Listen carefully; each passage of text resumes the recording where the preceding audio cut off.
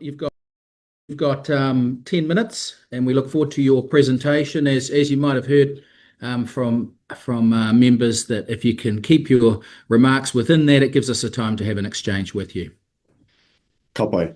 Hoi anō, ko hau tēnei e waha ana i etahi kōrero mo te kaupapa nei mo toitu te tiriti. Nā kei roto i te ingoa, te kaupapa, te anga, te aronga o tēnei kaupapa. Ka hore mo te tōwai ngā kōrero a ngā mātanga i roto i ngā rangi, tata nei e rangi, e whāngai ana i etahi anō tirohanga kōrero ki tēnei pire. So I'm here representing Toitu Te Tiriti, a movement that's been growing over the last few years, but of course was part of was the platform in promoting Te Hikoi mō Te Tiriti last year in November, and most recently, and more specific to this bill, we were the primary claimants in the Waitangi Tribunal in the urgent claim, questioning not only the substance of this bill, but also the process surrounding it. And so the submissions that I'm making today are really just hammering again those points. So the first point I want to make in respect of the Regulatory Standards Bill is that is centering around the way in which it's been dressed up and the impacts and the effects that has had, particularly for the communities that I come from. So the way in which this bill has been dressed up, to put it frankly, is sneaky, shameful, and ironically undemocratic, according to Western principles of law. And even the use of the word regulation, one of the first things that I remember learning in my first year studying law at Victoria was the difference between what a regulation is and what other parts of law are, such as statutes and common law through cases heard in the courts. And one of the core differences between regulations and law that we learned is really just around the authority. And regulations, we are told, are secondary type laws that are easy to change and aren't backed in the same way as democratically elected officials, in the same way as statutes are. And so that's the first inaccuracy in terms of how this bill is dressed up, and it's extremely misleading and it's extremely concerning that the title suggests that we are dealing with secondary type rules, but actually the substance of the bill affects a lot more than that. And this bill will directly affect existing and proposed statute law. And to mislead the public in that way is opposite to democratic principle of transparency and clarity. And this is a gravely serious concern, not just for tangata whenua, but all peoples who call Aotearoa home, who would hope and wish and vote for people who vote for leadership in Parliament and government, who can at least be honest about their actions and their attempts in lawmaking. But this will also more severely affect tangata whenua and already oppressed communities who, as it stands, struggle to access, let alone participate in lawmaking practices, lawmaking processes, because of inaccessibility to education and also not seeing themselves essentially as part of these processes. Ki tēnei te ringa o Huhana. Oh, very good. Thank you. Okay, now I've got Huhana Linden here with her hand up. Oh, awesome. Thank you, Mr. Chair. I was hoping we could get into some dialogue with our submitters. E mihi nui ana ki a koe te tūngane. You've pointed out, the fundamental flaws in the legislation as it's proposed and the way it's been dressed up. The rush process has been something that has come through really strongly, that it's been like creeping through the night over the Christmas period with that first initial consultation with loaded questions, and now we're in a truncated process. Is that good lawmaking in your view? Definitely not e te tuine.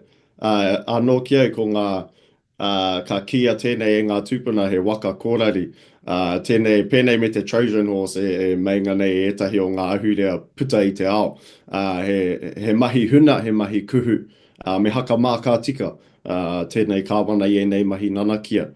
E mahi nei rātou. And I can also speak firsthand to and compare the level of engagement that we were able to garner as a movement of Toitū Te Tiriti in response to the Treaty Principles Bill, and compare that now to the level of engagement we've been able to garner in response to the Regulatory Standards Bill. Now, the Regulatory Standards Bill numbers are still impressive, and the likes of Tania Waikato, Tina Ngata, and many of those who supported us in our Waitangi Tribunal claim as well have contributed to a very impressive number of submissions, but still nowhere near what we were able to garner in terms of the Treaty Principles Bill. And we've experienced as a team actually just how difficult it's been to market and promote opposition to the Regulatory Standards Bill, which essentially and ironically does the same thing as the Treaty Principles Bill. And so that forces us to question, why is that? Well, the timing is obviously one factor that's contributed to the drop in numbers. Our people have been fatigued, are fatigued, and during the summer, the last thing they want to do is engage in another process of writing submissions and informing themselves of what's happening, even though it's very important. But again, going back to that point at the start of these submissions, is the way in which it's clothed, the way in which it's been described, is also a very hard sell. It doesn't.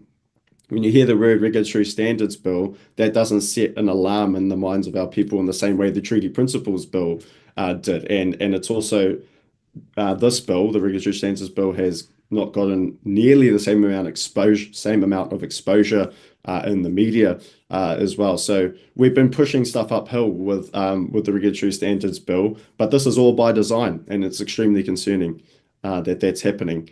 And also in our process in engaging through the Waitangi Tribunal with this bill and criticising the bill through the Waitangi Tribunal, we engaged a number of experts who required a lot of time, constitutional experts, tikanga Māori experts, who required a lot of time to be able to sit down and digest exactly what this bill does. And if they required a lot of time to do that, how do we expect auntie, uncle, mama, papa, our whānau from our communities, Huhana, to be able to truly understand what's going to affect them the most? So I would describe this, the way in which this bill has been conveyed, or even not conveyed, as cowardly and shameful and completely undemocratic. If I may supplement, Mr. Chair. Okay, yes. Thank you. We heard earlier this week in submissions from our multicultural federations, our migrant communities, their concern at the deletion of Te Tiriti o Waitangi. The fact that we are seeing it systemically taking place across legislation, but for this, in regulation, they said and shared that Te Tiriti o Waitangi is a primary relationship that needs to be upheld in things such as regulation. Do you have any feedback on that? Te Tiriti o Waitangi is the only reason why a regulatory system or legal system could exist in Aotearoa. So it's ironic that the Regulatory Standards Bill is trying to cut down these po. The first po actually being Hakaputanga, our Declaration of Sovereignty in 1835, and then Te Tiriti o Waitangi in 1840, both of which are po that protect the mana of tangata whenua. But these are also two po that act as a waharoa, as a welcoming to those from other parts of the world to be able to make a home here and to be able to thrive here. And so it's not surprising to me that migrant communities are concerned that these po which uphold tikanga, which uphold manakitanga, and that are home-making documents for all peoples, documents of welcome for all peoples, are concerned that this Regulatory Standards Bill is directly attacking what are effectively safety nets, not just for tangata whenua, in fact, primarily for tangata tiriti, for ngā iwi puta no i te ao, kia tai mai ki konei, kia taunga te noho, ka ora tātou katoa. And that's why we, as a kaupapa of Toitū Te Tiriti, will always stand in our truth that Te Tiriti o Waitangi is not just good for tangata whenua. In fact, it's good for all peoples in Aotearoa. Oh, very good. Okay, we're at time now. Thank you, Eru, for coming in and for making your submission before the committee and for submitting in writing as well. We appreciate your time and we wish you all the very best for the remainder of the day. Toi tū te tiriti. Kia ora. Okay, that takes us on, Mr. Clark, to the Manukau Urban Māori Authority, which I understand are in Select Committee Room 4. Yes. Very good. Good morning. Morena. Morena. You've got 10 minutes. As you saw what worked quite well previously, if you can leave us with a little bit of time for Q&A, that's always helpful. Is there a minute clock here? Is there a timer in the room? There is not. I'll try to stick to that. Okay. Tēnā koutou katoa. Ko Tānia Rangihewe tōku ingoa, ko au te kaiwhakahaere matua o Manukau Urban Māori Authority, Tāmaki. He uri ahau no te aroa Ngāti Awa, Ngāti Raukoa me Ngāti Manu. Nō reira tēnā koutou. Kia ora koutou, Mike Tukaki, Deputy Chief Executive for MUMA.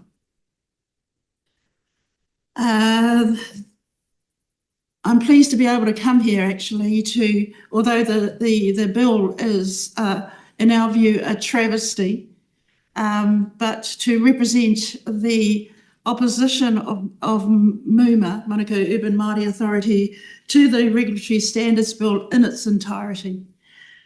According to actually what I'll do is I'll just briefly introduce our submission by talking generally about what we see as being a fundamental flaw of this bill. Then I'll speak about the concentration of power and political bias present in this bill. I'll also discuss the constitutional undermining of Te Tiriti o Waitangi. And I want to speak more specifically on the disproportionate impact that this bill will have on urban Māori and on Māori communities in rural areas. And lastly, I will just mention our concern about the lack of engagement that this bill has had with Māori communities.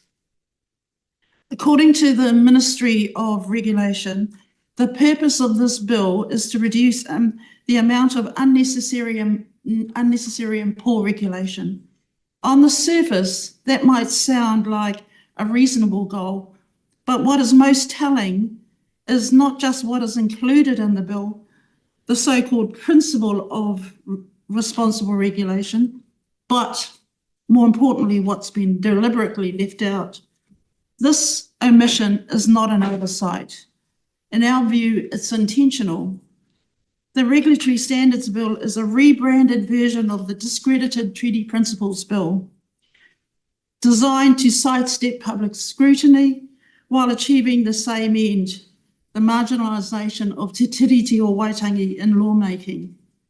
And at this point, I just want to say that I support the previous speaker when he spoke about the substantive flaws in this bill. Where the treaty principles attempted to redefine Te Tiriti, this bill goes further. It attempts to erase it altogether from the legislative process. Te Tiriti o Waitangi is entirely absent in this bill. There is no reference to the treaty partnership, no recognition of the Crown's obligation to Māori, and no acknowledgement of the extensive body of legislation, regulation, and case law that embeds Te Tiriti into our country's legal and constitutional framework. This bill, in effect, is a travesty and will take our nation backwards. In respect of the concentration of power and political biases, the bill centralises significant power in the hands of the Minister of Regulation. This minister would have the opportunity and the authority to define what counts as, in their view, good law, and future legislation, therefore, would need to be assessed against their interpretation of regulatory principles.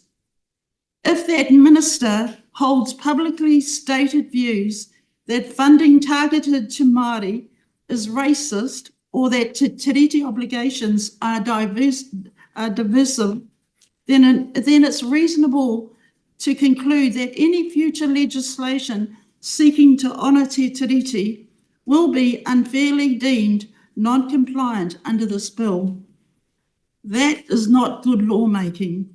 That is an attack on Māori rights masked as regulatory reform. I want to turn to constitutional undermining of te reti o Waitangi. There are several clauses in this bill that raise concerns for us. For example, clause 3, 5, 10, 14 and 18. Those clauses weaken the constitutional status of te reti in future lawmaking. They marginalise tikanga Māori and Indigenous Māori legal reasoning. And the bill encourages Crown decision-making that bypasses treaty obligations and thereby undermining accountability and relational governance. This bill has an ambition to pursue without any reference to the treaty. As I said before, it's a deliberate omission. And it's a deliberate omission of the foundational place that the treaty has in our constitution.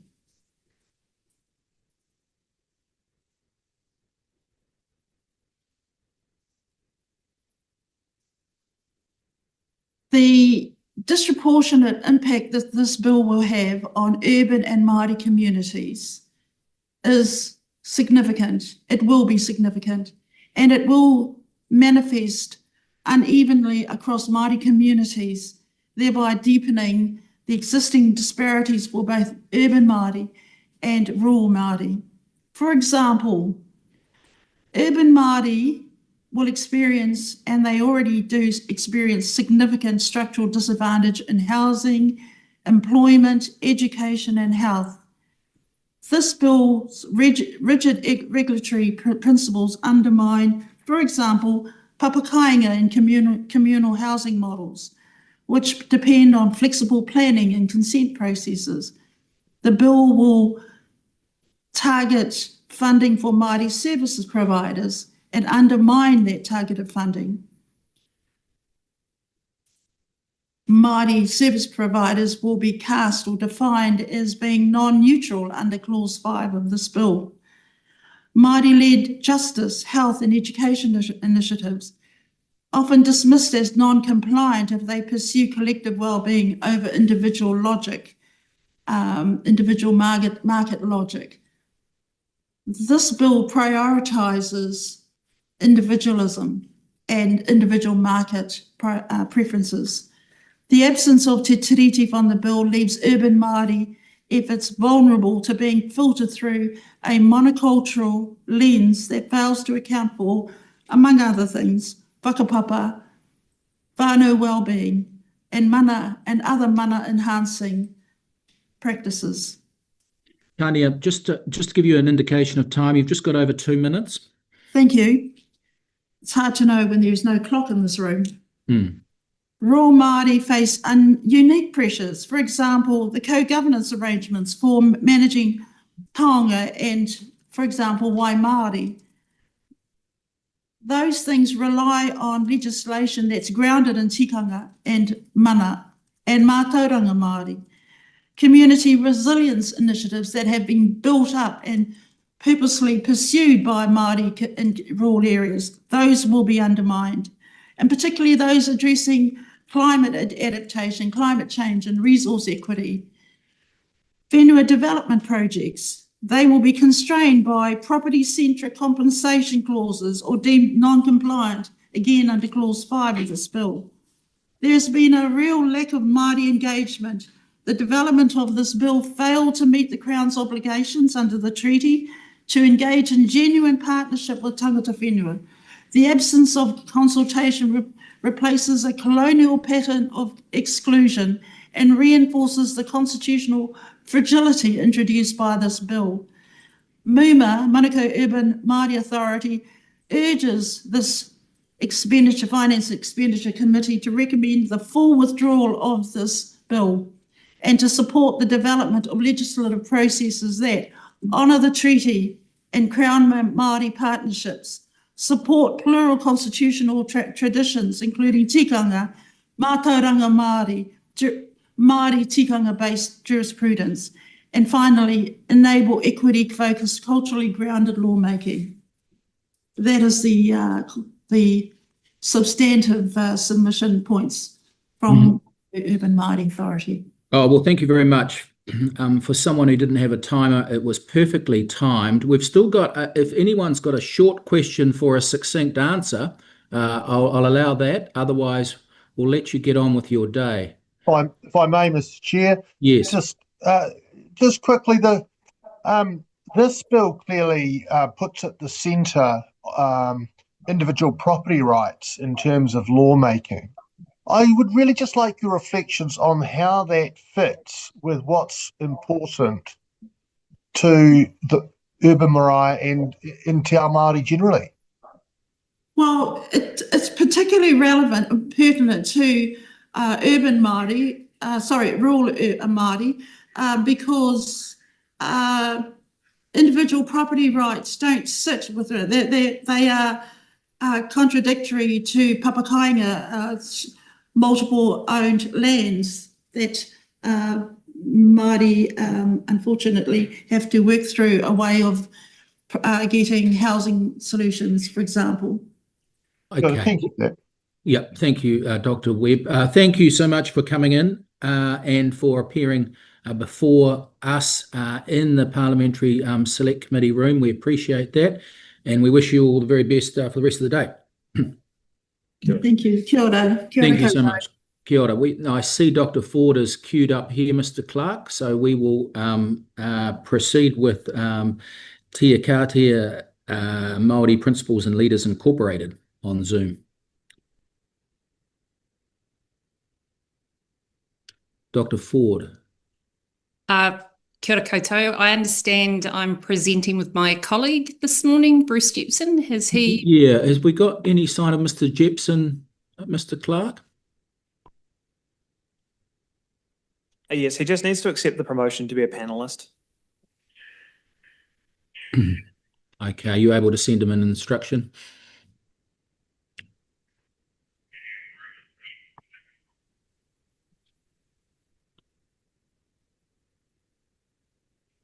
He's in now.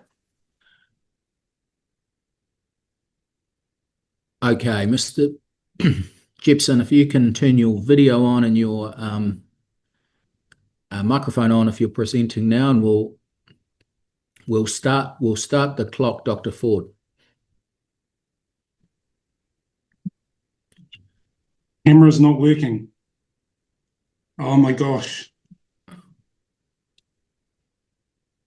Oh, can you hear me? Yes, we can. Okay, so my camera doesn't appear to be functioning. Okay, that's all right. That means that we have even deeper concentration because we can just hear you loud and clear. All right. Oh, that's a shame. Alexis. Oh, no. Right. Okay, we'll start now. Thank you, sir. Okay, so you can hear me. Yep, loud and clear. Kia ora mai tātou. Ko Bruce Jepson talking more. He uri ahau o Ngāti Tūwhare Toa Rawa Ngāti Raukawa. This submission is presented on behalf of hundreds of Māori educators, including principals, senior leaders and teachers whom I represent in my role as the CEO of Te Akatea Māori Principals and Leaders Incorporated. Te Akatea provides support and advocacy for Māori leaders, teachers, whānau and learners who have to navigate an education system that evidence shows is racist, unjust, inequitable and frequently unsafe for Māori. Our written submission has been provided and we ask that it be taken as read.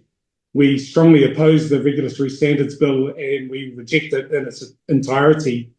As many of our other allied education organisations have presented in their submissions, there are implications for education in Aotearoa if the Regulatory Standards Bill were to progress. Kia ora koutou, he uri ahau no muri whenua, nai takatoa, ngā te kahu, ngā pui oku iwi, ko Waimanone toku marae ko Therese Ford ahau. I have several roles in Te Akatea Māori Principals and Leaders Incorporated, and I am here today in my capacity as the leader of our research and development team. Our team is responsible for supporting our national exec to gather, analyse, present and respond to evidence with transformative actions that give effect to te tiriti o Waitangi. These actions therefore must be mokopuna driven, culturally revitalising, equity focused and socially just, so that Māori and non-Māori learners can flourish and thrive in Aotearoa as Te Tiriti intended. We have gathered and analysed the perspectives of our members and present our evidence-based synthesis for your consideration. Today we're going to focus on two key points in our written submission to articulate our organisation's opposition to the Regulatory Standards Bill. The first point is the exclusion of Te Tiriti o Waitangi, and the second point is the insufficient engagement with Māori. On the exclusion of Te Tiriti o Waitangi, it is the position of Te Akatea Incorporated that Te Tiriti is sacred. We recently told a different select committee earlier this year that Te Tiriti o Waitangi was and is an enduring covenant of care and hope between Māori and the Crown. Our members have asked that we strongly reinforce this message to you all, and one of our members specifically expressed the following statement: "It is the duty of educational leaders to prepare young people for a future in which they can thrive and understand the participatory principles that underlie a social democracy such as ours. They also need to understand that Te Tiriti is legal and binding constitutional foundation for our society and our government," unquote.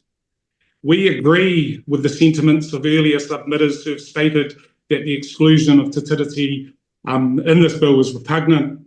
Since the establishment of the Waitangi Tribunal 50 years ago, teachers, leaders, they've all worked diligently to include rather than exclude Te Tiriti o Waitangi in policy and also in practice. One of the transformative outcomes of these efforts has been that the establishment of Māori medium education that includes full immersion, koanga reo, kura kaupapa Māori, wharikura, wānanga, as well as bilingual education settings such as reo rua and raumaki. The creation of these unique learning environments was necessary because prior to the 1970s, successive governments had excluded and ignored the place of Te Tiriti o Waitangi in education, which meant that our language and our cultural practices were endangered and they were likely to become extinct. The endangerment or extermination of Indigenous languages and culture is at odds with decent humanity and a clear warning that history must not repeat itself. Our members who work in these Māori medium learning settings where many of our children are achieving significant success are deeply concerned about the exclusion of Te Tiriti in this bill and what it potentially signals. They have told us that they do not want a regulatory standards board that will inevitably be a Pākehā board to have power that supersedes the rights of our Māori people. This is a direct quote from one of our members. Firstly, the bill must uphold Te Tiriti o Waitangi, not just reference it. Kura kaupapa Māori operate under our own Māori philosophy. Any regulation that doesn't understand or respect that is a risk to our identity and our success. Secondly, we are not part of the English medium system. Applying one-size-fits-all regulations based on Western ideas of efficiency or outcomes will never reflect the real value or effectiveness of our kaupapa. That's not equity, that's assimilation. Thirdly, any regulation that impacts us must include Māori-led impact assessments using kaupapa Māori measures. Cultural, spiritual and whānau outcomes must be recognised as valid, not just economic ones, unquote. Additionally, our members who work in many of the nearly 2,500 English medium schools in Aotearoa are also gravely concerned about the exclusion of Te Tiriti o Waitangi in this bill. It is important to point out that 97% of Māori learners learn in English medium settings. In these schools where Te Tiriti partners learn, teach, lead and govern together, the inclusion of Te Tiriti in policy and practice has seen the naturalisation of Māori knowledge, language and culture. Our children, Māori and non-Māori, embrace opportunities to kōrero Māori, sing waiata, perform in kapahaka, take part in pōwhiri and mihi whakatau, visit local marae, maunga and other culturally significant sites, and learn the cultural narratives and traditions of tangata whenua. Another excellent example how Te Tiriti o Waitangi has become not only included but embedded in English medium education can be seen with our children and our communities when we join together and we sing our national anthem. For over 25 years, schools have been singing the te reo version of God Defend New Zealand, which means we now have a generation who have only ever sung the bicultural version of our national song. Furthermore, the implementation of Aotearoa New Zealand Histories Te Ui Matua is providing real balance to a curriculum that for far too long rendered Māori people and their culture invisible. That the exclusion of Māori history, including the story of Te Tiriti o Waitangi, meant that generations of New Zealand students learned inaccurate and therefore untrue narratives about who really originally discovered, explored, settled and successfully established themselves on this whenua, on this land. This raises a critical point to exclude Te Tiriti o Waitangi from a bill. A proposed piece of legislation perpetuates the idea that our founding document never existed. This is a lie, and our members vehemently reject the lie that Regulatory Standards Bill represents. This brings us to our second point, which is insufficient engagement with Māori. Our Māori leaders and teachers have observed in recent decades that as educators have come to better understand Te Tiriti o Waitangi, they have recognised that meaningful engagement with Māori is essential. We have also heard from non-Māori leaders that they greatly value and in some cases depend on the unique knowledge, perspectives and innovative approaches that Māori provide. Māori are overrepresented in the majority of the negative indices of New Zealand society, including education. In fact, according to the Education Review Office, achieving equity and excellence in student outcomes is the major challenge for New Zealand education. However, there is a plethora of evidence that shows that when educators engage and work with Māori leaders and whānau, student outcomes improve. For this reason, school leaders and board members prioritise the time it takes to develop mutually respectful relationships between themselves and Māori, to listen to each other, to work together, to find solutions and generate mutually beneficial outcomes. Our members report that it is not only offensive that the Māori views on this bill have not been sought.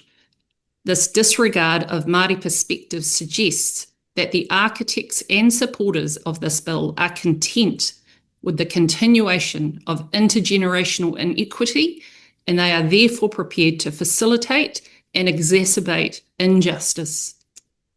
This is fundamentally inhumane. We want to conclude by stating that while there is much work to do, we celebrate the progressive act of truth-telling, of biculturalism and collectivism that have emerged in education as a direct result of incorporating Te Tiriti o Waitangi into policy and into practice and engaging in meaningful ways with Māori. if a regulatory standards bill that excluded Te Tiriti o Waitangi and disregarded the engagement with Māori progress, we fear it would set a precedent, and the honourable, ethical and moral policies and practices of educators would be challenged and at worst discontinued. We urge the Select Committee to replicate the honourable, ethical and moral of many leaders and teachers and reject the regulatory standards bill in its entirety. Nō reira, tēnā koutou, tēnā tātou katoa. Okay, thank you very much, Dr. Ford and Mr. Jepson. There's no time for questions. You put so much into your presentation that I didn't want to interrupt you.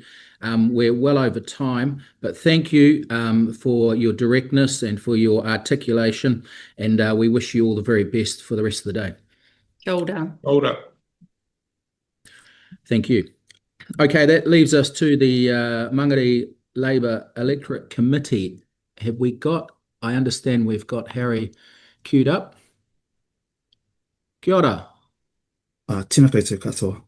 Oh, very good. You've got 10 minutes. We look forward to it, Harry.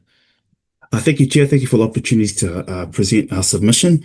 I'm here on behalf of the Mangere Labour Electorate Committee, proud members of the Labour Party who are domiciled here in Mangere, in what many call as the home of champions. But more importantly, we are people who care about our community and Aotearoa as a whole.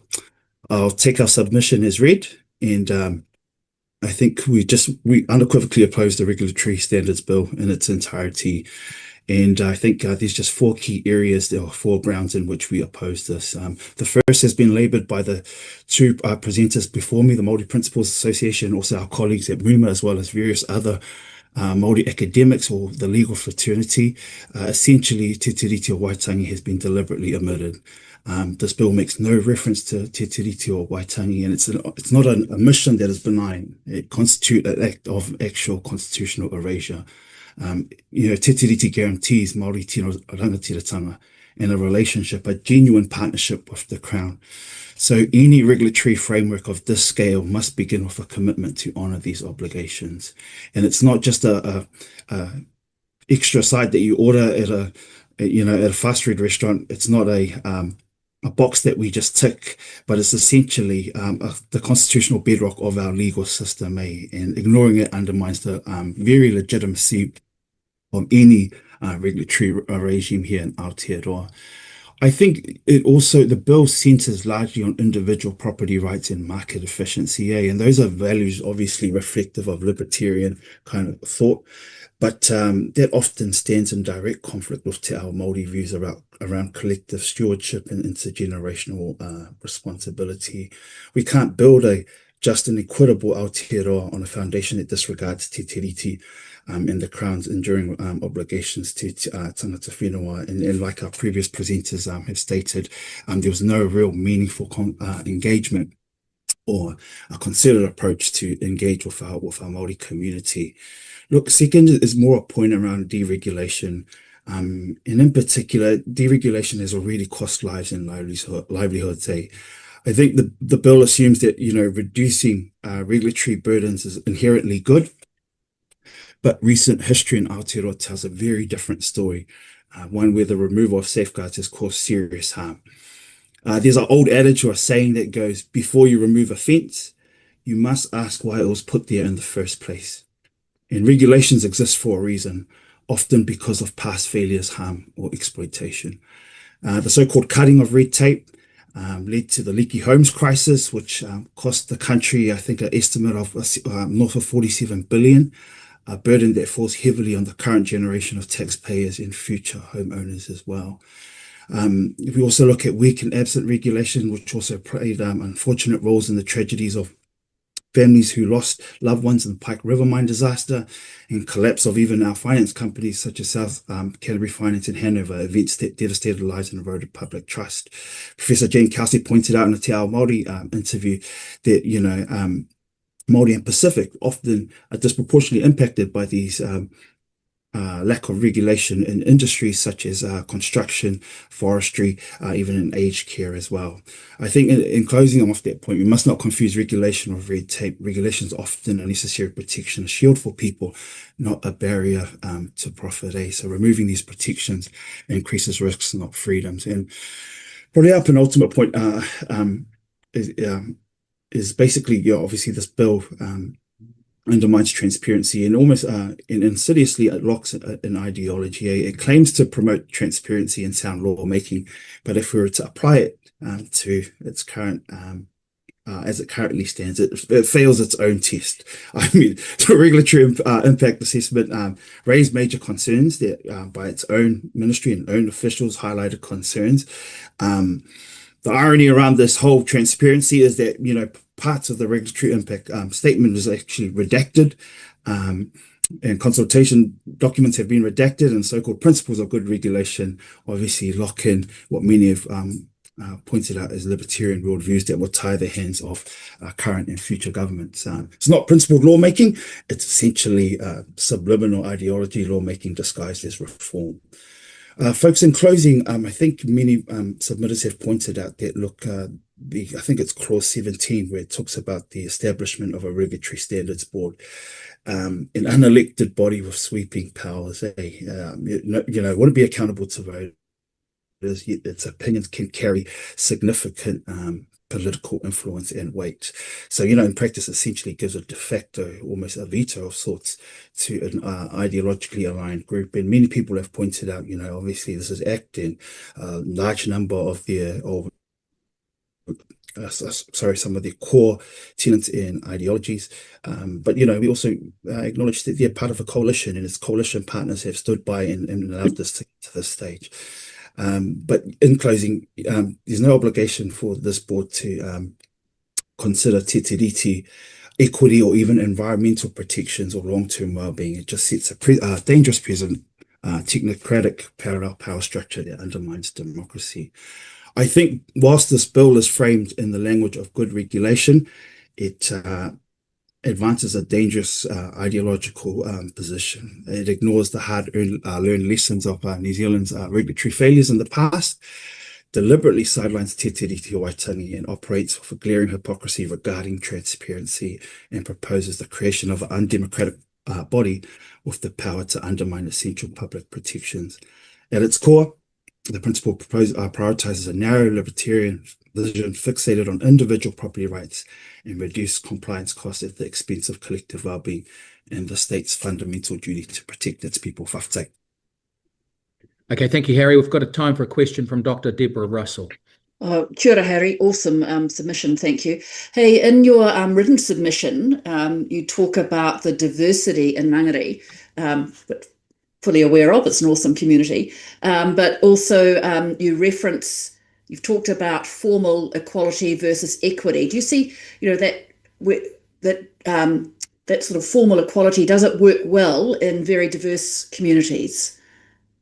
Well, absolutely not. I think we have to distinguish the fundamental difference between equality and equity. Equity is based on fairness. If everybody receives $1 equally, that's totally fine, right? But essentially, equity is, I might not have had $1 to start with, whereas you, doctor, might have had $10, and therefore we give you essentially $11, altogether. But I've just received $1. Essentially, there's actually that fundamental difference between everyone receiving something that's equal and everybody receiving something that is fair. And if it means that we have to allocate resources, support measures to ensure that everybody's propped up to a level playing field, that's equity in practice. And we see this all the time with low socioeconomic communities. The popular discourse is that we give everybody something that's equal, when in reality we need more resources to bring everybody up to a level playing field, and that's equity in essence in practice. Awesome answer, thank you, Harry. Okay, anyone else? No, Harry, thank you so much for coming in and joining us, presenting to the committee your submission. All the very best for the rest of the day. Thank you. We'll see you again. Thank you. Okay, that leaves us to Mr. Clark. Have we got Simpson Grierson queued up in? Oh, yes, they are sitting upright and ready to go in Select Committee Room 4. So welcome, Simpson Grierson representatives. We'll ask that you introduce yourselves. You've got 10 minutes. And if you can leave some time for questions and answers, that would be much appreciated. So please proceed. Thank you. Kia ora koutou morena. My name's Nick Chapman. I'm a partner in our litigation team. I'm joined by Alice Mander, a solicitor, who will be talking about the Regulatory Standards Board, and also by Sarah Gwynn, a senior solicitor, who will be talking about the impact of the bill on secondary legislation, and also Te Tiriti. So we are one of New Zealand's largest law firms, and in that role, we are privileged to work with a really wide range of organisations, from large corporates across the public sector, local authorities, all sorts. And they come to us because they have initiatives and projects, or they have their questions about their operations or some type of disruption, and they want to know how the law impacts on that. They want to know what their rights and obligations are. They want to know what approaches that they should take. And that means that we feel that we're well placed to talk about the impact that this bill will have on our legal system and on the people who interact with it, which is everyone. And regardless of who it is who's interacting with the law, whether it is a major bank, whether it's a government department, whether it's an individual, they all benefit from the law being certain, being predictable, being easy to follow, and being safe to rely on. And in our submission, this bill doesn't achieve those outcomes. And so I'm going to talk through briefly 3 quick examples. Alice and Sarah are going to add to that. So the 3 examples I wanted to pick up was the first around the principles. So the principles of things like liberty, personal security, and the like, a number of which are highly subjective, and their interpretation is likely to be very difficult to advise on, difficult for people to know where they stand.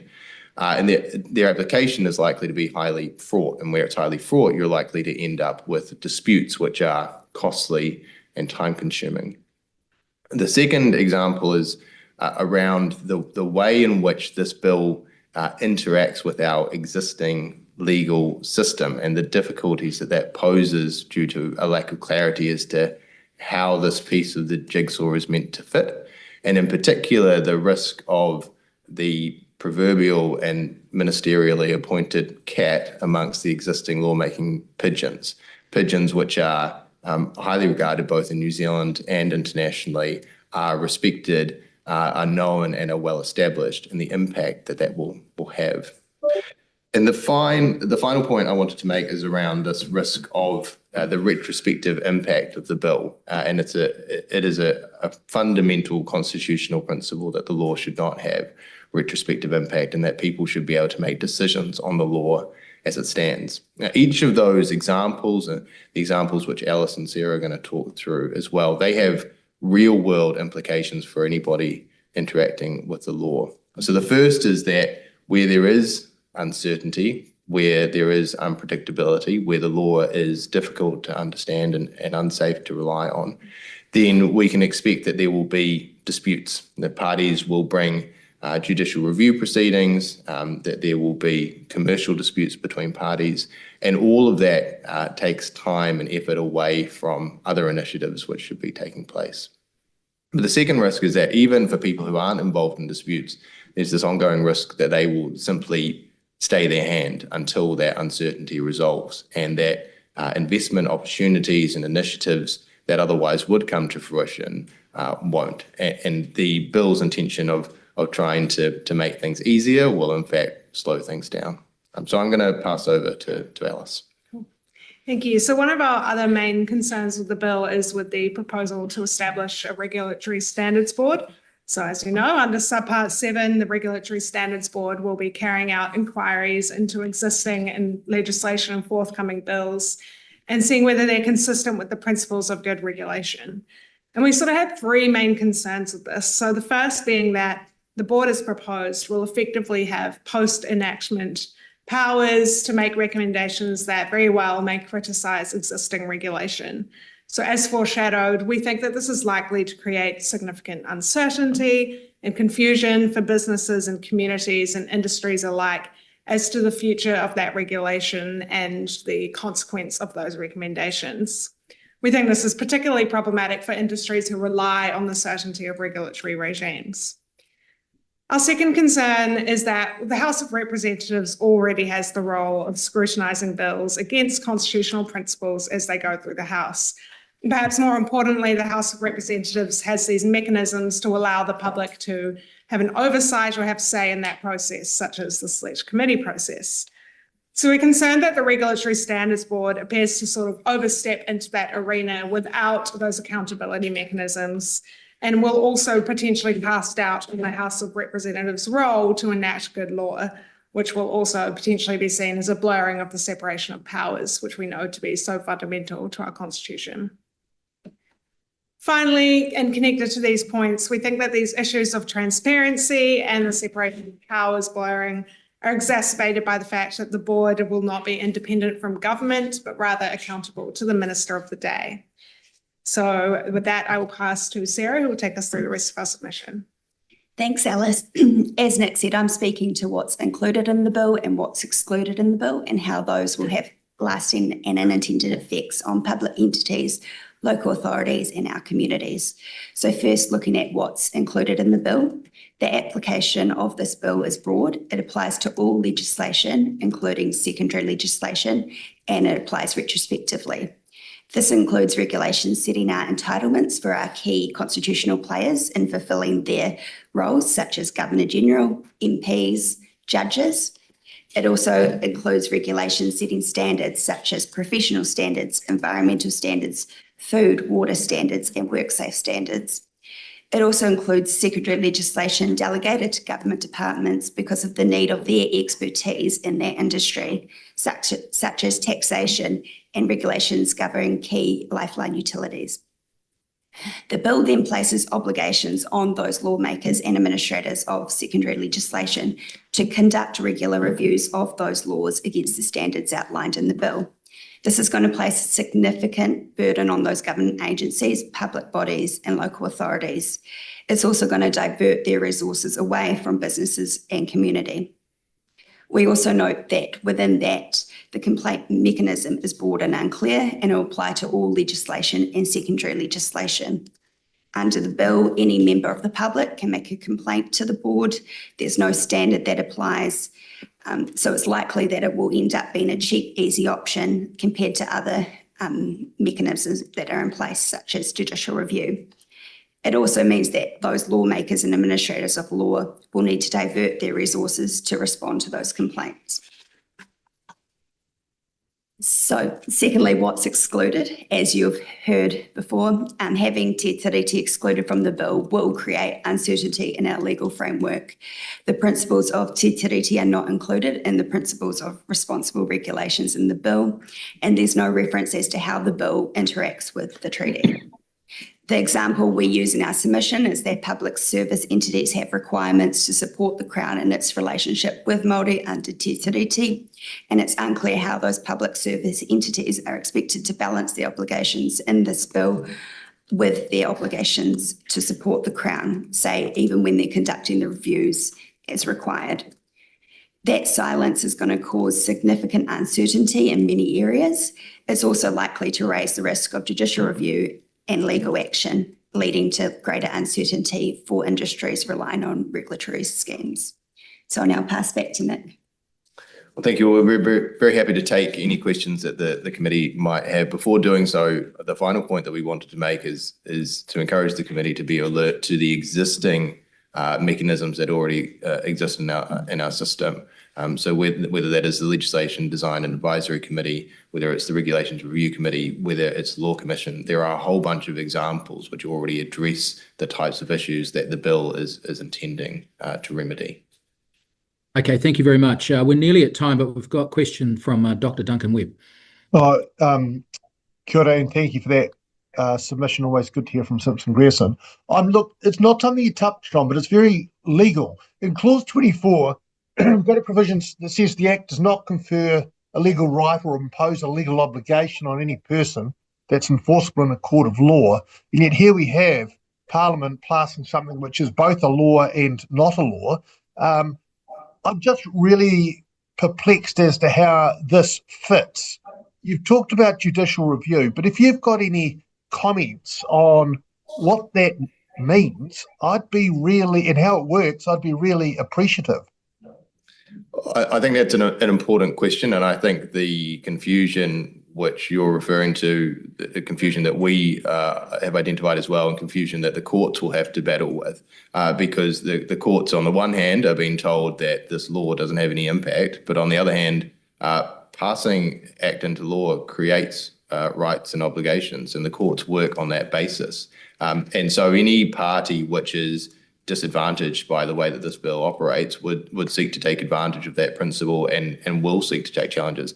And that is a prime example of the uncertainty which would be created if this bill passed into law.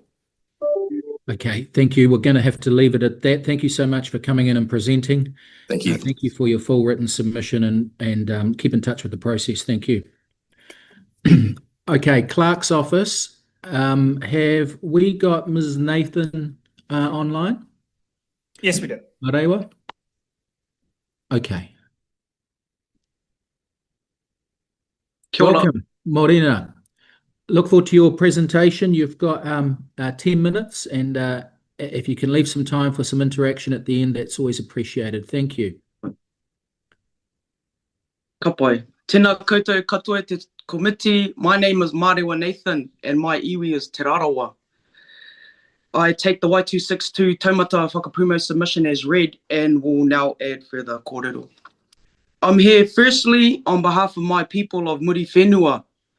I'm here representing Y262 taumata whakapumo, and more specifically Tai 262, who is a youth group made up of mukapuna of the original 6 claimants, which was initiated by Te Taumata Whakapumo, who have tasked them to tiaki and uphold the mauri of the Y262 claim.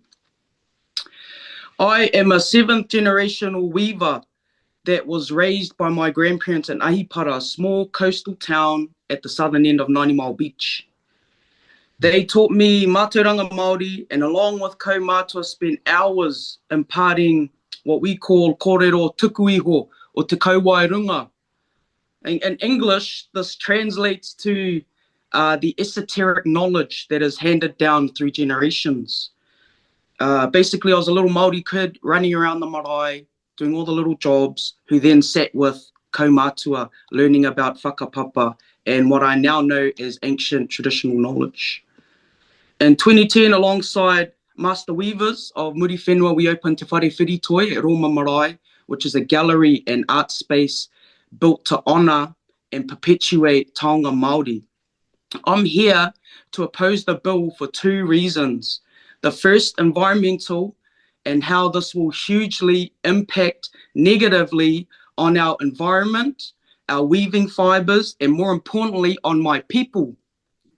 The second reason is to do with massive violations on traditional Māori practices and the hurt it will cause to mātauranga Māori. Muri Whenua is well known within the rāranga community for the abundance and the wide range of weaving fibres, from coastal fibres to our saltwater and freshwater lakes to our bush and up in our swamps. There's no other region across the country that has a variety like we do in the far, far north. She's beautiful up here, e matua. Rāranga is not just artistic. Just like every other Māori practice, it's deeply connected to the natural environment. It's got cultural, spiritual, and environmental or site-specific relationships, which is all knowledge that's passed down orally through generations and generations. An example of the site-specific relationship is between pingao and tuatua. Okay, pingao is a highly prized golden-coloured spinifex that grows on our coastal sand dunes. And tuatua are a popular shellfish that live in beds along the low tide of the beach. Now, whether it's through natural or unnatural erosions, without the pingao growing on the dunes, releasing pollen, the wind can't sweep it down to feed the tuatua who rely on it to kick off their own life cycle. This means that the shellfish beds don't replenish and my people are left without a food source. Okay, a food source that has fed people from across this country for centuries and is now at risk even more with this bill. The regulation of the whenua, water and biodiversity will have a direct impact not only on the health, accessibility and sanctity of these weaving taonga, but more importantly, on my people. They'll be hungry as. I recommend that you engage with local iwi, okay? Engage with Tai 262 Te Taumata Whakapumo, and that all regulations affecting natural resources must be assessed for impact on mātauranga Māori, and this includes weaving materials and all of its practices. My point 2 is that rāranga is not just about physical practices. There's that esoteric knowledge I mentioned that's passed down through generations by tohunga or experts to those that they have specifically chosen. Okay, this is an ancient knowledge that is not available to everyone.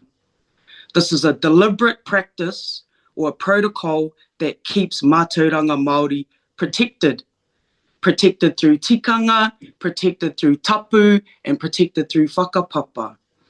I am a product of these teachings, and I've had a privileged upbringing being taught and guided by tohunga, kairaranga, and those who hold esoteric knowledge. And because of this, I've got a huge responsibility to protect this knowledge.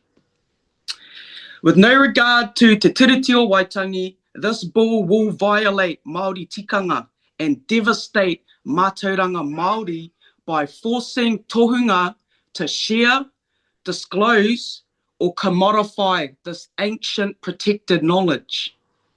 I recommend, like the last one, engage with iwi. Talk to us. Engage with Tai 262 Taumata Whakapumo, and that the bill adds protection for sacred, culturally sensitive, and intergenerational systems. The bill needs to recognise that not all knowledge should be shared publicly. In conclusion, rāranga is a living embodiment of kaitiakitanga, whakapapa, and wairua. This is the very knowledge that has kept my people alive for centuries, and this is the knowledge that's going to take them into the future. This bill will only reinforce and remind my people of the Crown's failures to protect this taonga. Without engaging local iwi, Tai 262, Y262 Taumata Whakapumo, this ancient knowledge, our natural environment, our weaving resources, and more importantly, my people are at high risk of being silenced or regulated out of existence. Hoi nāno, that's all I've got to say today. Thank you for listening. Tēnā koutou, tēnā koutou, tēnā no tātou katoa. Oh, kia ora Marewa. Thank you. Any questions, members? Otherwise, we will have to move on. Huhana Linden. Tēnā koe, Mr. Chair. I'm not sure how to know whether we have time for questions. I'll leave my hand up at the end. Tēnā koe, Marewa. Ngā mihi nui kia koe mō tērā wāhi kōrero e pāna ki tēnei ture.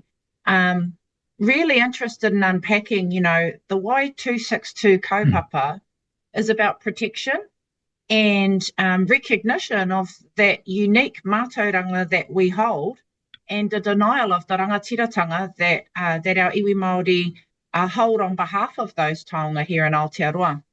From a youth perspective, because we have Tai 262 here before us, are you worried for the future if a piece of legislation such as the Regulatory Standards Bill is put in place and it fails to recognise the centrality of Te Tiriti o Waitangi in legislation? Yeah, massively worried. There's been a stackload of work that our people and across the country have done to perpetuate the growth of this taonga, whether it's in the environment or it's the knowledge within the people. This bill is going to take that backwards tenfold by not including local iwi or experts within their process, and this is going to kill that knowledge. Okay, we'll leave it at that. Thank you, Ms. Nathan. That's very good. Not good too. Loud and clear. Mr. Clark, have we got Troy Baisden? Yes, I'm here. Yes. Oh, good morning. Thank you for your patience. You've got 5 minutes. We look forward to your presentation. Tēnā koutou katoa. Yes, I'm speaking to you from the US right now. It's not too great in regard, but I'll point out a couple things related to that in a minute. Let me first say that I oppose the bill. I recommend its rejection. I think there was time to consider compromises and progress that could be made towards better regulation in its formation. And that time is now past, as the bill is deeply flawed and divisive. I know that you've seen a lot of testimony across the two committees. I'll just emphasize Sir Geoffrey Palmer noting it as risible and strange as well as divisive, and Jonathan Baisden asking why a sensible parliament would ever enact such legislation, as well as testimony that it was devastatingly failing all tests for credibility. Unfortunately, I also couldn't find some other pieces like the PCE's bits, which I think are very important to integrate with my comments today.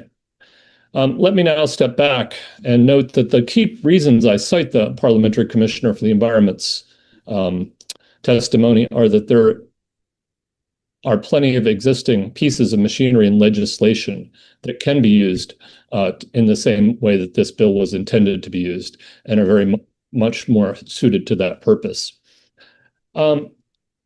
My history and qualifications, coming from the US, I've been in New Zealand for about 25 years now. And I did my bachelor's degree at Dartmouth, one of the smaller Ivy Leagues, not on Donald Trump's list of sanctions against the Ivy League universities yet, where one of the first papers that I took before I became a scientist and ended up in New Zealand working on environmental science for that reason was about property rights and environmental policy. And it warned us of this approach to property rights and how difficult it would be to live in our present century if we went down this path. I then went and got a PhD in environmental science and soil science at the University of California and at Berkeley, and have been through 2 Crown Research Institutes and been a professor at a New Zealand university. I'm currently the co-president of the New Zealand Association of Scientists, as well as a practicing environmental scientist. And that informs part of what I want to talk about briefly here, which is and I think it's important to understand it in the context that much of what we want to consider as property rights derives from the environment. It derives from the sense of owning land and working land. And that same is true for what we might consider to be the economy. And so the two major things the bills are about have a major impact on us as a nation that produces productivity and also needs to take account of the issues of the 21st century in dealing with emissions and all sorts of other forms of regulations. Now, my colleagues in the discipline that I'm really part of, which is biogeochemistry, essentially that's the discipline that puts together the bio and the geo and looks at issues that affect the earth and accounting for elements like carbon and nitrogen, has recently put out the second edition of an editorial that I was involved in when I was an editor 10 or so years ago. And it begins by quoting Aldous Huxley in Brave New World. "Great is truth, but still greater from a practical point of view is silence about truth. By simply not mentioning certain subjects, totalitarian propagandists have influenced opinion much more effectively than they could have by the most eloquent denunciations." And from that perspective, I point out my main concern is that the bill is less about, all the concerns are less about what the bill is than what it is not. The bill is missing the key principles of good governance that should be there if we were serious about better regulation and better lawmaking. I will, however, emphasize one aspect about what the bill does before I get on to my main concerns there, which is that by empowering an oddly powerful board and other initiatives with a strange and incomplete set of principles, it appears to run parallel to McCarthyism, Mao's agents of the Cultural Revolution, as well as possibly things as strange as the Spanish Inquisition. And I encourage deep thought about what can be done about that if the bill is to go forward. Troy, excuse me, I'll just get you to come to your concluding remarks because I'd like Dr. Russell to ask a question. Yes, that sounds good. So the key steps that are missing include principles such as distributive justice, public harms, rights of future generations, and stewardship of a healthy and safe environment. But I think that one of the key issues, if we were to make this a better bill, would be making sure that evidence-informed decision-making is part of making better regulation. Clearly, too little regulation is not the problem, and this bill will lead to great uncertainty. It will lead to our essentially everything but the greater productivity that it seeks. And perhaps most importantly, I worry that it creates a path where our farmland and our housing is put on the market as property rights that can be sold to the highest bidder, largely from other nations. Thank you. Okay. Hopefully thank you. Question. Yeah, no, thank you, Troy. We're going to go to Dr. Russell. Troy, thanks for good to see you, and thanks for putting the submission in. In the PCE submission, he recommended that the bill not proceed, but if Parliament was of a mind to proceed, he would at least like to see in Clause 8, which is the one that specifies the rights, the addition of a clause saying nothing in this section confers a right to pollute water or air, to contaminate soil, or destroy significant Indigenous biodiversity. Wouldn't the inclusion of a clause like that go some way towards mitigating some of your concerns around the environment? It certainly does. I think if I had taken up a full 5 minutes talking, probably the most important thing I would have said is that this is really about having principles that are fit for purpose for the 21st century rather than the mid-20th century.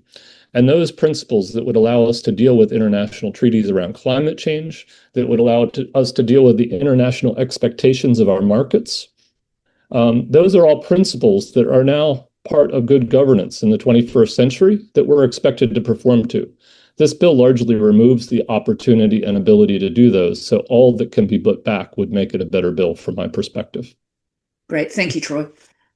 Thanks, Dr. Russell. Thank you, Troy. Thanks for beaming in from the United States today to join us. Thank you for presenting and for your written submission. Thank you. Okay, Mr. Clark. Excuse me. Have we got Cory Hebbert at the Select Committee Room 4? Yes, we do. Oh, very good. Welcome, sir. You've got 5 minutes. We look forward to it. Tēnā koutou ngā mema o te komiti parimata, ko Cory Hebbert tōku ingoa, hiuri ahau no Rangitani o Waido. I'm here today on behalf of Rangitani o Waido. And in making this submission, I want to acknowledge and mihi to the literally thousands of individuals and collectives who won't be heard today despite having asked. Rangitani's relationship with the Crown began in 1840 when our rangatira Ihaia Kaikoura signed Te Tiriti o Waitangi at Horahora Kākahu in the Port Underwood. That signature, given in good faith, bound our futures together on the understanding that our rights, our authority and our place as tangata whenua would be upheld. This bill breaks that understanding with something quite dangerous: silence. It lays out the rules for how every current and future law in this country will be judged. But Te Tiriti isn't there, not in the principles, not in the purpose, not even as a footnote. Te Tiriti, the founding constitutional document of Aotearoa, has been omitted from a bill that claims to be about legal integrity and responsible governance. That is a deliberate political choice. Remove Te Tiriti from the lawmaking process and you remove Te Tiriti and Māori from the very foundations of this country. Our rights get replaced by what's cheapest, what's fastest, and then get sold to the public as fairness. But fairness without context becomes a weapon. And in this bill, fairness is defined by terms such as efficiency, property rights, and individual liberty. The very same concepts long used to confiscate our land, ignore our tikanga, and silence our voices. Clause 8, the so-called Principles of Responsible Regulation, allows tikanga-based protections like rāhui to be challenged as breaches of liberty. But rāhui should not be seen as restrictions. They are acts of care. They are intergenerational obligations to safeguard our environment and our people. This bill has no place for such ideas. Clause 43 through 45 give ministers broad powers to demand information from statutory bodies, potentially even iwi settlement entities. The Crown is not entitled to reach into our affairs at will. We are not your subsidiaries. We are not your contractors. We are tangata whenua and we are your treaty partner. We're also told not to worry because the bill excludes treaty settlement legislation. But what about the very regulations and instruments that give effect to those treaty settlements? Customary fisheries regulations, aquaculture legislation, resource management law. These can all be reviewed and undermined through the lens of this bill. This bill is very blatantly a backdoor to unravelling decades of treaty settlement redress. Maybe not all at once, but slowly, quietly, and legally. All at a time when the Crown is also taking steps to remove our only avenues of challenge, such as through the review of the Waitangi Tribunal. Some have asked what difference would a treaty clause actually make? It would do exactly what this bill claims to value. It would bring clarity, certainty, and legitimacy. It would ensure Māori rights are considered from the start, not patched in at the end. It would require lawmakers to ask, how will this law affect iwi? How does this reflect tikanga? And it would stop economic convenience from being used to override constitutional treaty obligations. Without a treaty clause, Māori rights, treaty rights, become the exception and not the standard. And the danger here is intergenerational. This is not about one piece of legislation. This bill creates a new default setting for how all future laws will be made. A setting where Māori concerns are optional, where our worldview is background noise, where our legal standing depends on whether we're efficient enough to be heard. Strip away the technical language, and this bill is simply a political weapon disguised as reform. It tells us Māori rights are negotiable, treaty obligations are optional, and justice may be delivered, but only on the Crown's terms. If this bill had existed in earlier decades, many of the hard-won gains Māori have made may never have arrived nor survived. Dame Whina Cooper's march would have been labelled as inefficient. Whānau Ora may well have failed a short-term, narrow-minded cost-benefit test. Mā Tai and Taiapuri would have been ruled a risk to liberty. Treaty settlements themselves may have been blocked for being too regulatory. You cannot build a fair and lasting future for Aotearoa by cutting out the very treaty that holds it together. Rangitani o Waido calls on you, members, to either work with your treaty partners to drastically amend this bill, or to reflect and give effect to Te Tiriti o Waitangi and its principles in full, or to withdraw it. To pass it as it stands would not only be irresponsible, but it would be a breach of trust and a betrayal signed into law in direct contradiction to many of the treaty settlements that have been so passionately and hardly fought and secured. E te tiamana, that concludes my remarks, and I'm happy to take questions if there's time. Okay, well, thank you so much, Cory, for leaving members with the opportunity for questions. Any questions? Huhana Linden, was your hand up? No. Anyone else? Just to say thank you for an excellent submission. Thank you, Dr. Russell. Thanks for coming in, Cory. Thanks for presenting, and all the best. Thank you. Okay, we've also got another one in person, or in the committee room. We've got the Legislation Design and Advisory Committee, Mark Steele, Chair. Jonathan Orpand Dow, Member. Simon Pert, Member.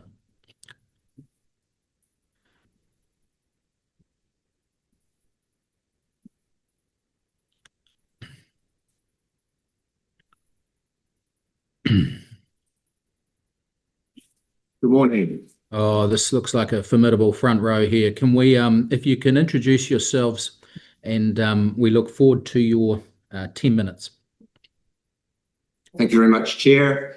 I'm Mark Steele. I am the Chair of the Legislation Design and Advisory Committee, and I'm accompanied today by two of the external, that is non-public service members of the LDAC. I have on my right Jonathan Orpand Dowell, who is barrister, and on my left Simon Pert, who is a partner in Chapman Tripp. Thank you for giving us the time to hear us today. We know that you have an extremely busy schedule. As you will see, we will take our submission as read, and we recommend that the bill not proceed in its current form. And our submission sets out the principal reasons for this. We recommend that if the bill is to proceed, that there are three important changes that should be made. The first is that the bill should focus on establishing a framework for regulatory quality without setting out principles. And we already have a legislative framework for doing that in Part 4 of the Legislation Act, which has not yet been passed, brought into force. And of course, Part 4 of the Legislation Act could be used in conjunction with the role of the Regulations Review Committee, expanded or changed in some way. If principles are to be set out in the bill, because of their potential constitutional significance, LDAC is of the view that we need a broad-based, consensus-driven process for agreeing what those principles might be. The Constitutional Advisory Panel, which reported back in 2013, helpfully set out elements of a process that might meet the needs of a discussion about principles of constitutional import. We also recommend that by default, at least, the principles only apply to secondary legislation, to primary legislation, I'm sorry. This is because the bill raises some particularly complex issues in relation to secondary legislation. If we look at what has happened in relation over time to litigation under the New Zealand Bill of Rights Act, we can foresee that the courts may eventually read consistency with the principles in this bill as an implied limitation on delegated lawmaking powers. That would be problematic given that the empowering provisions of primary legislation already contain significant safeguards and requirements in relation to secondary legislation. Clause 25 of the Regulatory Standards Bill attempts to deal with this, but in its currently drafted form, it's unclear whether it would actually preclude the courts from developing jurisprudence in this way. So for all these reasons, we think the bill as currently drafted should not proceed. LDAC supports efforts to improve the quality of legislation and believes that there's a good framework for doing so and building on. This bill, however, needs substantial further work and change to be able to support those objectives. Would my colleagues like to say anything in addition to that? Okay, we've got plenty of time for dialogue. I'll go to Dr. Duncan Webb. Oh, kia ora, Mr. Chair, and kia ora to the members of the committee, and thanks for your hard work. I'm going to take the opportunity to ask a slightly complex question, seeing as you are the expert. Part 4 of the Legislation Act. Now, that legislation took a long time to get through the House, a lot of work and consultation. That Part 4 is entirely about legislative quality. If this legislation were to pass, what would be the relationship between the Legislation Act and this Regulatory Standards Bill? Because it seems to be almost duplicative. The short answer, I think, is that if the Regulatory Standards Bill is passed, at the moment, there wouldn't be any implications for Part 4 of the Legislation Act because Part 4 is not in force. So there wouldn't be any conflict as such. However, your observation is correct. Part 4 does contemplate the kind of development of standards and disclosure requirements which are similar to the issues that are addressed in the Reg Standards Bill. Yeah, all right. Yeah, I mean, obviously not in force as yet, but the intention is that it is in force at some point. The other point, I guess, is this really unusual situation we've got, and I asked an earlier submitter around having a piece of legislation which explicitly says it has no legal force. This is clause 24 of the Regulatory Standards Bill. Now, cabinet minutes might not have legislative force, but it's pretty unusual, I would have thought, for legislation to have, no force of law, not to be enforceable in any way whatsoever. Have you got any observations on that? It's unusual. It's not unprecedented, of course. There are examples of legislation in relation to matters as diverse as plain English, in times gone by, fiscal responsibility, the proposed taxation principles bill last year, were all proposed not to have legislative force. So it's not unprecedented, but nevertheless, as you say, once legislation is in place, it will still affect the approach that the courts take. I mean, the New Zealand, if I can just supplement for that, the New Zealand Bill of Rights Act, doesn't invalidate other legislation, but we've still got now declarations of inconsistency and Baisden damages on the back of it, right? Could you see that kind of thing happening as a consequence of this legislation? Yeah, perhaps if I can pick up there in response to Dr. Webb's question. Yes, I think we would expect that if the legislation remained on the statute book for an extended period of time, that the courts would look to it as a statement of principles that legislation should adhere to. And if you look at the cases that come out of the courts already, for a long time, the courts will pick up, for example, the legislative guidelines, which LDAC's got a mandate for assisting departments to comply with, on the basis that although they're not legislative, Cabinet signed off on them as the template for what good legislation should look to. And so you see cases where the courts say, well, when there's an interpretive question about what's the scope of this power, we'll read it in a way that we assume it's intended to comply with the legislation guidelines, even though that's only something approved by Cabinet. We would expect, I think, a stronger impetus to do that if Parliament says, well, we say these are the principles. You can then imagine the case. To put it in kind of layman's terms, you got a set of regulatory standards here that say private property and non-impairment are pretty important interpretive principles. So if you then go to another piece of law that's not entirely clear as to whether you prioritise environment or property, the courts can get nudged in the direction of property. Would that be right? I think that's certainly an argument you would expect someone to make, and then you can imagine different courts coming to different conclusions about it. And as you say, I think that when the Bill of Rights Act was passed 30 odd years ago, no one would have expected declarations of inconsistency or Baisden damages, but it became part of the constitutional landscape. And we see the development of the law as certainly advocates are going to push it in that direction. And it's very hard once Parliament passes something to know how the courts will ultimately take it, which comes back to Mark's point about why we say it would have quite a significant constitutional significance. And so the need for care, whatever the principles are, if they're going to be adopted, that they're ones that Parliament is comfortable being used in that way. Because I think that's inevitable that people will make those arguments, and on the margins they probably will succeed over time, and it could build a life of its own, the way that the Bill of Rights jurisprudence developed a lot from 1990. Good. I probably had my fair share of questions. Okay. Thank you, Dr. Webb. Any other questions, members? No. Not that I can see. Okay. We will leave you to it. Thank you, Mr. Mark Steele and colleagues from the Legislation Design Advisory Committee. Thank you for coming into Parliament and for your ongoing work. Okay, that takes us to an individual submission by Mr. Thomas Howard. Have we got him, Mr. Clark? We don't appear to have Thomas yet. Okay, we're running a little bit early. Brian Dixon? We don't have Brian either at the moment. Well, why don't we break? We're due for a 20-minute break. Why don't we break now? And if you can hold Mr. Howard, who will be running, will be 10 minutes late, but let's break now till 10:20, and let's turn our cameras and microphones off. Thank you.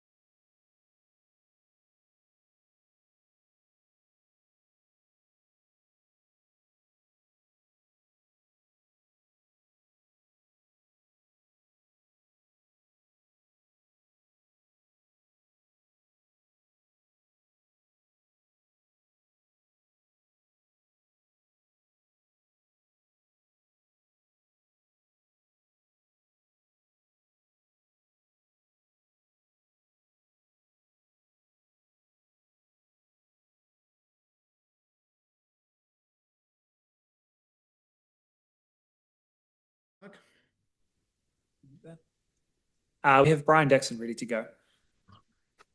Brian Dixon ready to go. No sign of Mr. Howard? No. Okay. That's good. Have we got a quorum? Yes. Everyone's got their cameras on. Okay. With Mr. Brian Dixon, we can see a beautiful fern there. Thank you for appearing before us this morning. There we go. So you've got 5 minutes. Whereabouts are you coming from today, sir? Poti Dunedin. Oh, very good. And what are the temperatures like? What are the temperatures like there? I don't know about the temperatures. They're better than they have been. Double figures at least. Is that a bit of sun? Is that a bit of sun I can see shining on the wall? It is, and it'll probably be in my eyes shortly. So we'll see how we go. Oh, very good. Okay, we look forward to your presentation. Kia ora. So, Morena, I want to say that I appreciate the work of this committee and the parliamentary staff who've been working under extreme conditions on fast-tracking this bill through its committee stages. I've got genuine sympathy for the members of the coalition considering the bill, because you are faced with an unfair dilemma to accept unchanged a proposal that purports to be about improving lawmaking. The bill proposes law for which there is no necessity nor place in our legislative system, other than that it was part of a deal done in the coalition agreement, and your parties do feel bound by that. However, in my view, you're not bound to support what amounts to a legislative Trojan horse.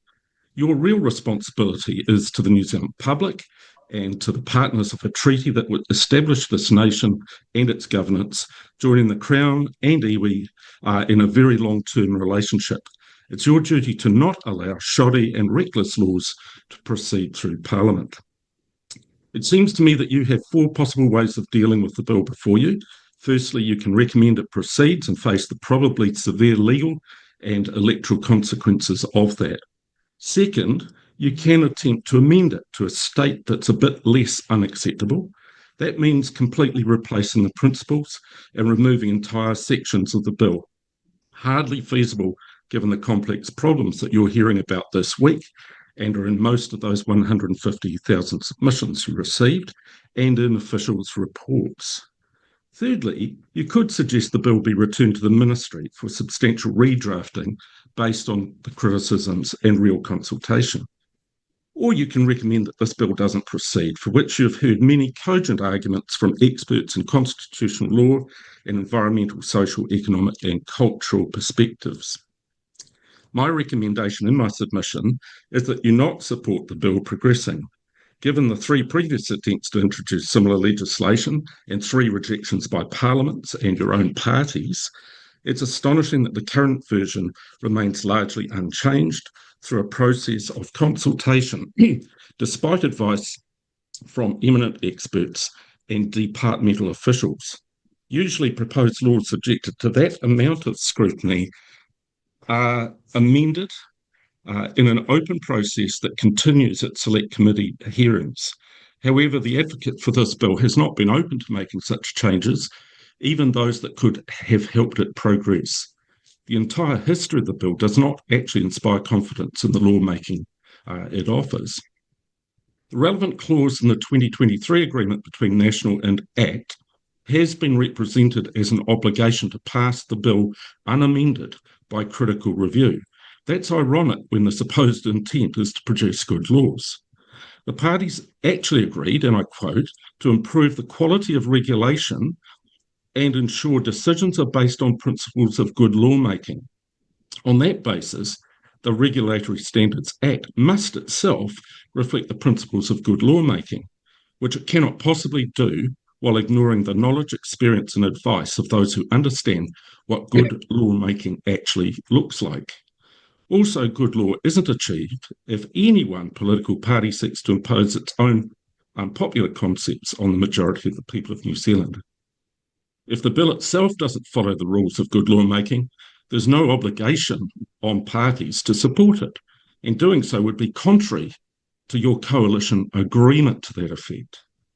Those who stand to gain considerable power from this legislation are actually changing the nature of our democracy and the behaviour of our representatives. You will be held responsible for that happening and for gifting unprecedented levels of power to one minister and an unelected, powerful elite with conflicted interests. Again, I acknowledge the burden on you and the coalition parties who have reservations, as you must, given the weight of evidence and public opposition to this. Your only effective response to that must be to prevent the bill from proceeding. The bill is bad law, developed through bad process. Its premises are not consistent with Aotearoa New Zealand's governing principles and understanding of what constitutes good law. You and your colleagues can prevent the passage of this Trojan horse and have every reason and much support to do so. Thank you, ngā mihi. Oh, thank you very much, Mr. Dixon. Have we got any questions, members? Dr. Deborah Russell. Thank you. Thank you, Brian, for your submission and for both the written and the spoken submissions. We've had advocates for this bill say that it's comparatively neutral, that it's just good sense and neutral policy. Do you agree with that sort of view? If that was the case, what's the necessity for it? There are mechanisms that exist already within our structure and governance procedures, and if there's a need to look at those and examine those and improve regulation, that's perfectly adequate as systems to do that. And given public consultation overwhelmingly said that it is not neutral, I would say that really needs to be heard. Thank you. Okay. Thank you very much, Mr. Dixon, for giving your submission from Dunedin this morning. We appreciate that and wish you all the very best for a sunny day down south. Thank you very much. Thank you. Right. Mr. Clark, have we got Energy Resources Aotearoa in the Select Committee Room 4? We do not at the moment, Mr. Chair. Do we have anyone queued up? We've got a couple in person there. Do we have Wellbeing Economy Alliance Aotearoa? Yes, we've just had Gareth Hughes arrive, so we can bring him in if you'd like. Yeah, let's bring in Gareth. He can think on his feet, no problem.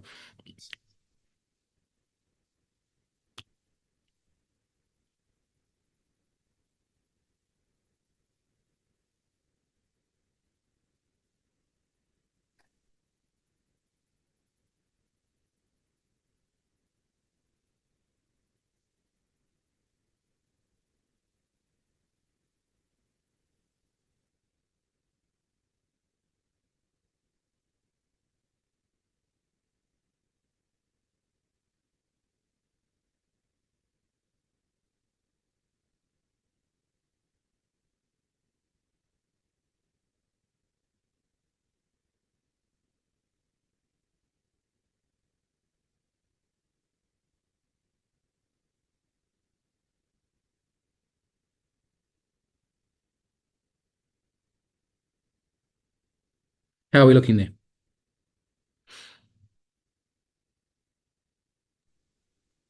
Mr. Chair, I thought we were due for a break. We had a 20-minute break. We brought it forward because two presenters didn't appear. Yeah, I know, but we had it from 10 till won't be here. 10:20. But the other presenters just may not be aware that we've changed the Yeah, schedule. I know. And if we have to have a mini break, we will again, because we are running about 10 minutes ahead now. Yeah, I'm not sure that Gareth is ready yet, so the committee may like to break if it can. Okay, let's come back in 6 minutes, 10:35. Thank you, members, for your patience. Goodbye.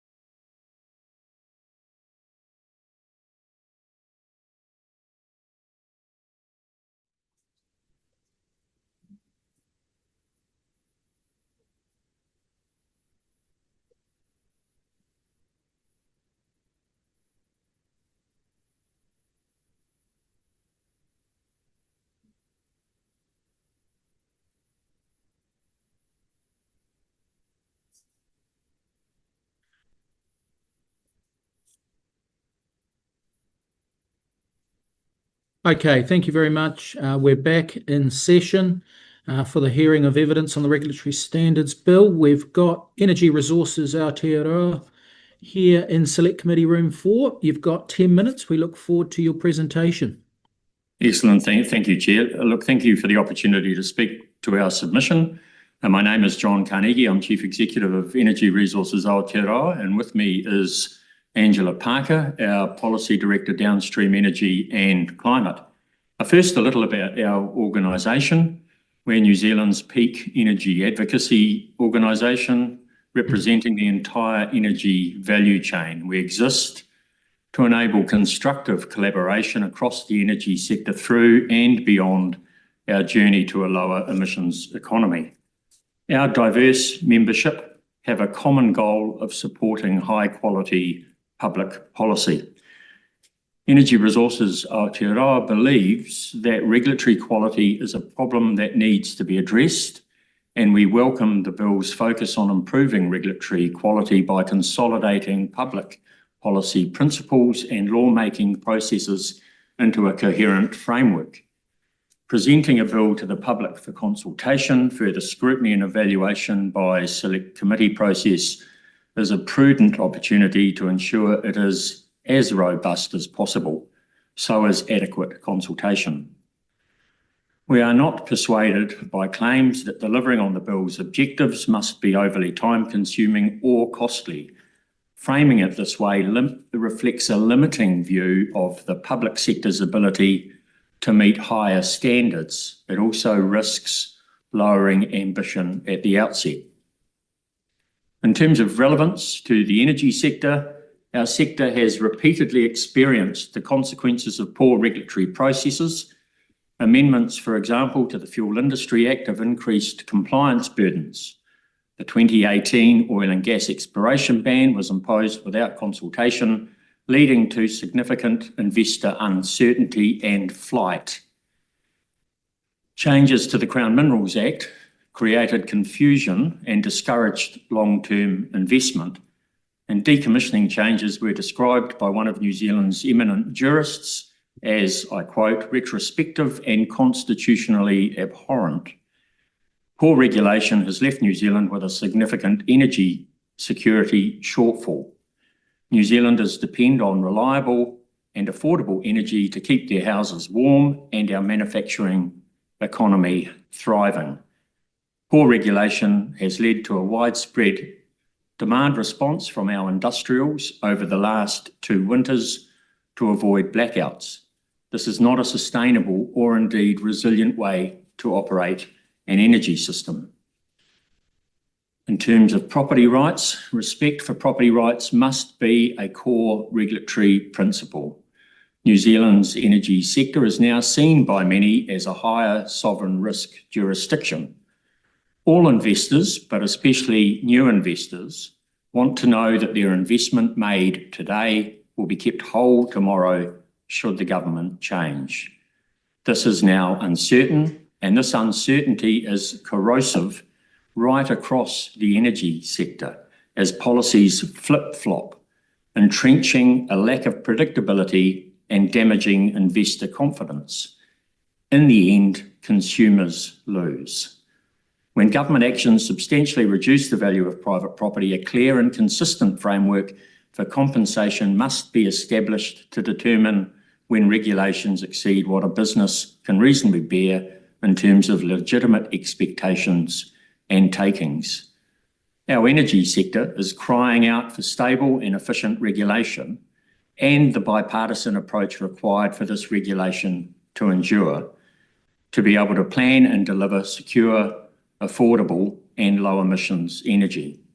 I can't overstate the importance of this for New Zealand's economic well-being and investor confidence. Without reliable energy supplies, we cannot have a thriving economy. We like the bill's principles.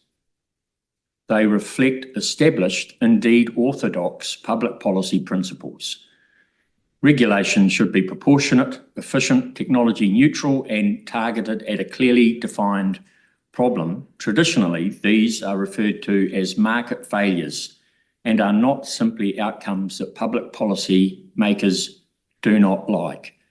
Government failure is as genuine a risk as market failure. When policy decisions are driven by short-term politics, self-interest, or unclear problem definition, they can impose long-term costs on the economy. Any regulatory intervention must be justified by evidence and tested for its net public benefit. A poorly designed regulation can result in lower productivity, higher compliance costs, and reduced investment, and New Zealand suffers from all three. In closing, improving regulatory quality is crucial for enhancing economic performance, fostering investment certainty, and promoting public confidence. We believe the Regulatory Standards Bill offers a genuine opportunity to raise the standard of regulation in New Zealand. Every part of the New Zealand system needs to have clearly defined and easy to understand roles and responsibilities. This includes the continued upholding and respect for our holy trinity of the balancing of powers between the legislature, the executive, and the judiciary. In turn, we encourage the Select Committee to ensure the final legislation is principled, practical, and focused on delivering long-term value for all New Zealanders. Thank you very much. Oh, thank you. We've got time for a couple of questions. I'm going to go to Dan Bidwar first. Hey, thank you, Mr. Chair. Thanks. Good to see you, John, and to you and your team for your submission. Thank you. Just reading your submission, you talk about the need for compensation for regulatory undertakings by government, particularly compensation when there is regulatory changes that significantly impact the investor certainty. I'm just wondering if you can expand on that and provide us an example of what you mean by that. It is a bit odd. I don't think I've read a submission today that has mentioned that. So I'm just wondering if you can give a bit of clarity for us because it's, start with that. Thank you. Yeah, thank you, Dan. Lovely to see you too. I mean, in essence, we're not arguing that taxpayers should bear the commercial risk of investment decisions of private companies. We're arguing for sound public policy analysis and processes rather than the novel analysis and processes the energy sector has been subject to. A clear example, actually, was the introduction of the decommissioning regime under the Crown Minerals Amendment Bill in 2021. This was applied retrospectively to existing permits instead of being limited to new wells or permits. And the effect of that was the rewriting of contractual conditions through legislation, changing the rules long after investment decisions had been made. It disregarded investor expectations, was implemented without transitional provisions, and it reduced the value of existing assets by the force of law.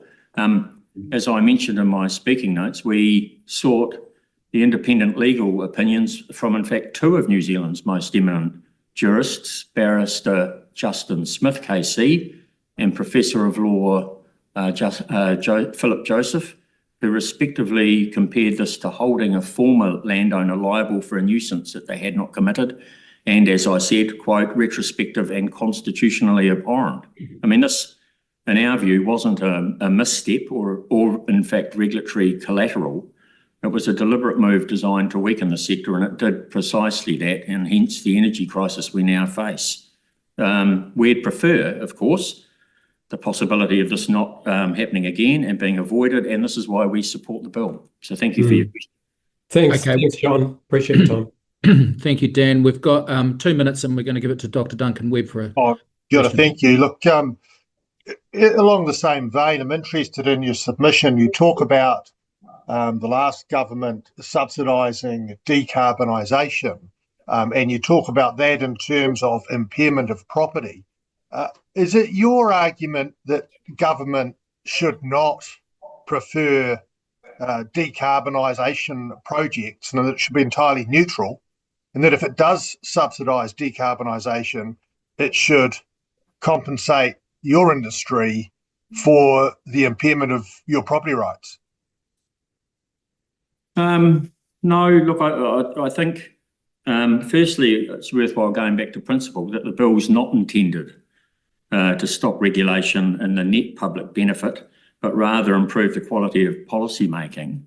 And I think neither should we think about compensation or indeed the practical effect of this bill as a box-ticking exercise. I mean, each case will need to be assessed on its merits. And I guess what we would say is that we'd hope that any future decisions should be guided by the principles of this bill. Oh, just for clarity, so you agree that in the right circumstances, preferring decarbonisation and de-preferring oil and gas is appropriate government policy?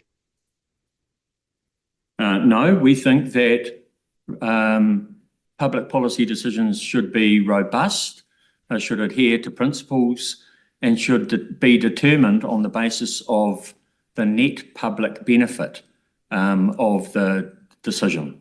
All right. So far you've said not very much at all, because I've asked you a really clear question about whether it's appropriate for government to subsidise decarbonisation projects and whether that would amount to injurious affection of oil and gas property rights. And so far you've basically equivocated and said nothing. Is that where you want to leave it?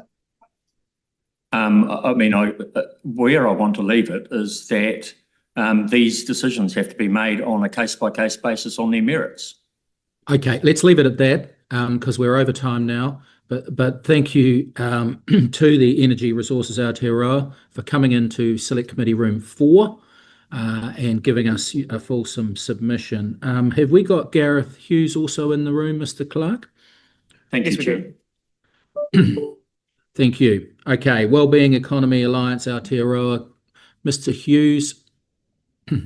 Yeah, kia ora. Thank you, Mr. Chair. Oh, there you are. Okay, nice to see you. Some of us saw you in the Justice Committee last month when we were discussing 4-year terms. So it's good to, perhaps there's some momentum. Perhaps your comeback's imminent, Gareth. We look forward to your 10 minutes. I'm very glad to be out of politics and lots of respect for all of you, old friends around the Select Committee table.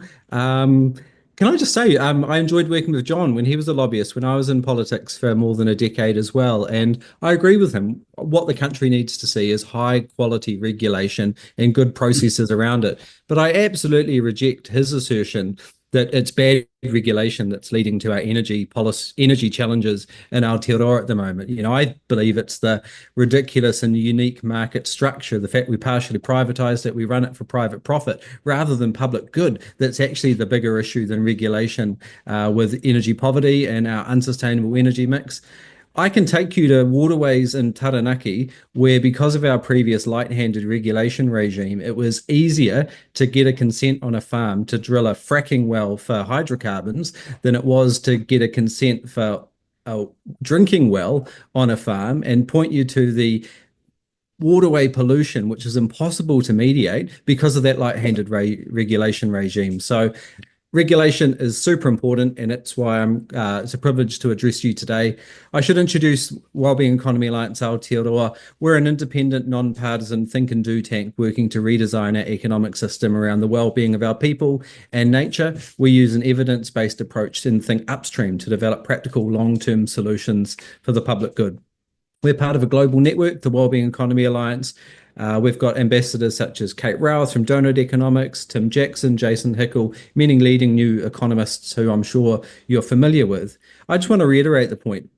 As I sort of demonstrated with the Taranaki example, it's a key tool that helps achieve social and environmental outcomes for the public good. Regulation is incredibly important, and that's why we're opposing the Regulatory Standards Bill. This bill is fundamentally flawed, and if it's enacted, it's going to have profound negative implications for our country, the well-being of New Zealanders, and our environment. We note this is the 4th attempt to have this bill go through Parliament. It's been consistently rejected under successive governments over many years. The bill proposes a very narrow set of principles which inappropriately constrain the ability of government to use regulation to the benefit of society, and I believe it's going to privilege the rights of corporations over the collective interests of our environment, and that's exactly the picture we've seen in our electricity markets. WEAll Aotearoa recognises the compelling evidence that economic activity, a healthy economy and development relies entirely on a healthy and thriving natural environment and society. I know you're hearing 30 hours of submissions. That's a huge job. I wanted to try and maybe bring in a couple of unique perspectives as part of our contribution to your consideration.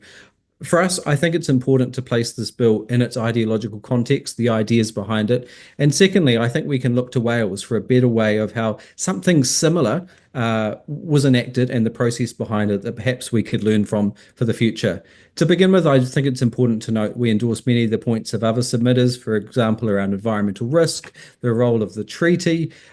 We were heartened by the massive response to the Treaty Principles Bill and how this was rejected by almost every party in Parliament. But I fear this bill is a backdoor attempt to try and do what the Treaty Principles was attempting to do. We note, ironically, that Section 8 of the bill includes a statement that legislation should be expected to produce benefits that exceed the cost of the legislation to the public or persons. WEAll Aotearoa supports this principle. In economics, it's called the principle of Pareto efficiency, but we note in the regulatory impact statement the cost of this regime could be as high as $24 million a year, with no benefits actually quantified or able to be estimated. So actually it rejects the exact logic contained in this bill that the costs are exceeding the benefits. It's no exaggeration to say this bill is important. You can see that in the scale of submissions, more than 150,000. I was one of the submitters over summer making a rare submission to the Ministry of Business, Innovation and Employment. It's pretty unique that you get 23,000 people making submissions over summer to a government department. I was sending mine from a little bit of cell signal I got sailing in the Marlborough Sounds, but we endorsed the wide range of opposition, everyone from legal and constitutional experts, economists through to former ACT MPs. I'd point out this bill is divisive at a time when the Alderman 2025 Trust Barometer found trust in government is dropping, with 58% of New Zealanders believing the government leaders are purposely misleading the public. That's not a direction we want to continue to track down. I want to touch on the context for the bill, how this has come before Parliament and the ideas behind it. And I can't put it much better than the Right Honourable Winston Peters, who said, "For too many New Zealanders have come to view today's capitalism not as their friend, but as their foe. The experiment of unbridled, irrational neoliberalism has transformed what was once one of the most egalitarian societies in the world into a case study of acute inequality. The truth is, after 32 years of neoliberal experiment, the character and quality of our country has changed dramatically, and much of it for the worse." Why this legislation is important is because I describe it as source code legislation. I find talking about operating systems like we have in our phones as a good example of how we can consider economic operating systems. You'll all have Google or iOS operating systems on your phone. That allows what apps or programs or functions you can run on your phone and what you can't. Throughout Aotearoa New Zealand's history, we've installed other operating systems, the 1890s, the 1930s, the 1980s was the last time we had a major software operating system upgrade, and this is the context this bill operates in. We're trying to introduce legislation which will affect every other decision that a government will make in future years. It was 41 years ago, about this time of year, that Roger Douglas brought neoliberalism to New Zealand and installed this radical operating system following the example of Reagan and Thatcher. The idea behind it was that individual focus, a smaller state, privatisation, deregulation, less social safety nets would boost economic growth, and that would trickle down. But that hasn't been proved in reality. The idea that wealth would trickle down has not created opportunities for large numbers of people, and it's created environmental damage that's actually limiting the economic and life aspirations of future generations. 40 years on, we're still feeling and dealing with the intergenerational fallout. This should be a concern to members all across the political spectrum, and even former National Party Prime Minister Jim Bolger believes neoliberalism has failed Aotearoa New Zealand. We've seen some of the fastest growth of inequality of the world. The Employment Contracts Act weakened the bargaining power of workers who have missed out on much of the benefits and the fruits of economic and productivity growth. Housing's become more of an investment and less about actually homes for people. And now we've got some of the most unaffordable housing in the world. I could go on and on with examples of how this system has come to lead to a less public good context in New Zealand. That ideas behind the revolution operating system we installed in the early 80s can best be seen in the principles behind this legislation. The intent is to reduce the amount of regulation. The principles to achieve this aren't self-apparent. They don't come from any independent source. They don't have the mandate or the backing of the public. They've come from a right-wing think tank, effectively, and continue to promote the idea that the state should step back, should be as small and minimal as possible, and that corporate rights should trump public good, and maybe some of the benefits will trickle down, or we can use some of the growth to afford to pay to clean up the social and environmental mess. I'm aware that the regulatory takings clause isn't legally binding, but this is going to have a chilling and structural impact on future regulation if this bill passes. Compensation for tobacco control, fishery changes, land use planning, the impact on forestry development or carbon pricing are all at risk if we undertake this approach. I'd like to point out that another one of the principles is that the principle that we should impose a fee for goods or services only if the amount of the fee bears a proper relation to the cost of providing a good or services. If we undertook this approach, this rules out Pigovian taxes, which are taxes on activities that generate negative externalities. It's a widely respected principle in economics and public policy that you can use fees and regulation as an incentive to promote, say, a low-carbon sustainable future for all of New Zealanders. I think the list of principles, again, hasn't come with any sort of public mandate. And in our submission to MB, we pointed out that perhaps this list should have considered other principles, such as protecting the interests of future generations, which I know is also about to be removed from the Public Finance Act, protecting the right to a clean and healthy and sustainable environment, widely accepted principles of distributed justice, such as meeting the needs of all people, the requirement to comply with international law, the precautionary principle, the public harm principle, appropriate consultation requirements. There's a huge list of principles which are absent from this bill.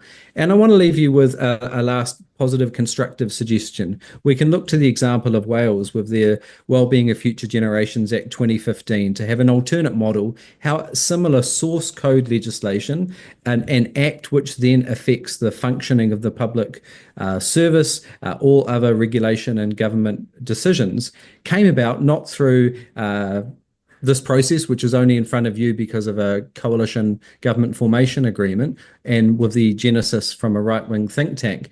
Instead, in Wales, what they did with their Wellbeing of Future Generations Act 2015 is undertook widespread, deep citizen engagement. Their Wales We Want consultation process engaged more than 6,000 citizens. And what happened, rather than the government or a particular political party proposing the 7 goals for the Welsh state, this was developed through that deep consultation, then embedded in legislation. That's now survived more than 10 years. It's survived successive government changes because of that enduring response. We see the widespread opposition to this bill today, but also previous iterations of it. I would wager to say that future governments would be repealing this act if it ever became law. This is why, if we want to encourage high quality regulation, which I believe all citizens and all political parties want to achieve, we need to have genuine public buy-in, understanding what the principles are behind high quality regulation. I would urge the committee to reject this legislation and instead propose, if we do want an improved regulatory regime, let's actually undertake a citizens' assembly, for example, which have been so successful in Porirua and Tamaki Makaurau and other cities and countries around the world. Let's look to other examples like Wales, who devolved the key decision-making function to the citizens rather than this narrow ideological bill that's further entrenching this neoliberal operating system we live in today. Thank you again for the opportunity to submit to the committee, and all the best for your considerations. You're on mute, Cameron. Thank you, Gareth. We're over time, but we're ahead of time if you get the drift. So I'm going to give Dr. Russell a quick question on the promise that it's a succinct answer.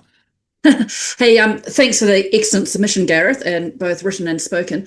Paragraph 22 of your written submission, you recommend adding a new subclause that legislation should protect Māori in the unqualified exercise of tēnā rangatiratanga over their lands, villages and all their treasures. There's been a lot of commentary around this bill not acknowledging the Treaty of Waitangi. Would your subclause go some way towards fixing that? Oh, I believe so. Our primary recommendation is to reject this legislation entirely, but if you are able to improve it, that would go a small measure. There was minimal consultation with Māori in the development of this. I think that's a massive oversight. And when you have source code legislation such as this, it's egregious to ignore Te Tiriti o Waitangi. Kapai, thank you. Okay, thank you so much. Thanks, Gareth, for joining us this morning. We appreciate you making a submission and appearing before the committee. All the best for the rest of the day. Mr. Chair. Yes. We have the New Zealand College of Public Health Medicine as our next submitter, just ready to go. So we can move to them next if the committee's ready. Okay. Yep. No, we're ready. So let's do that.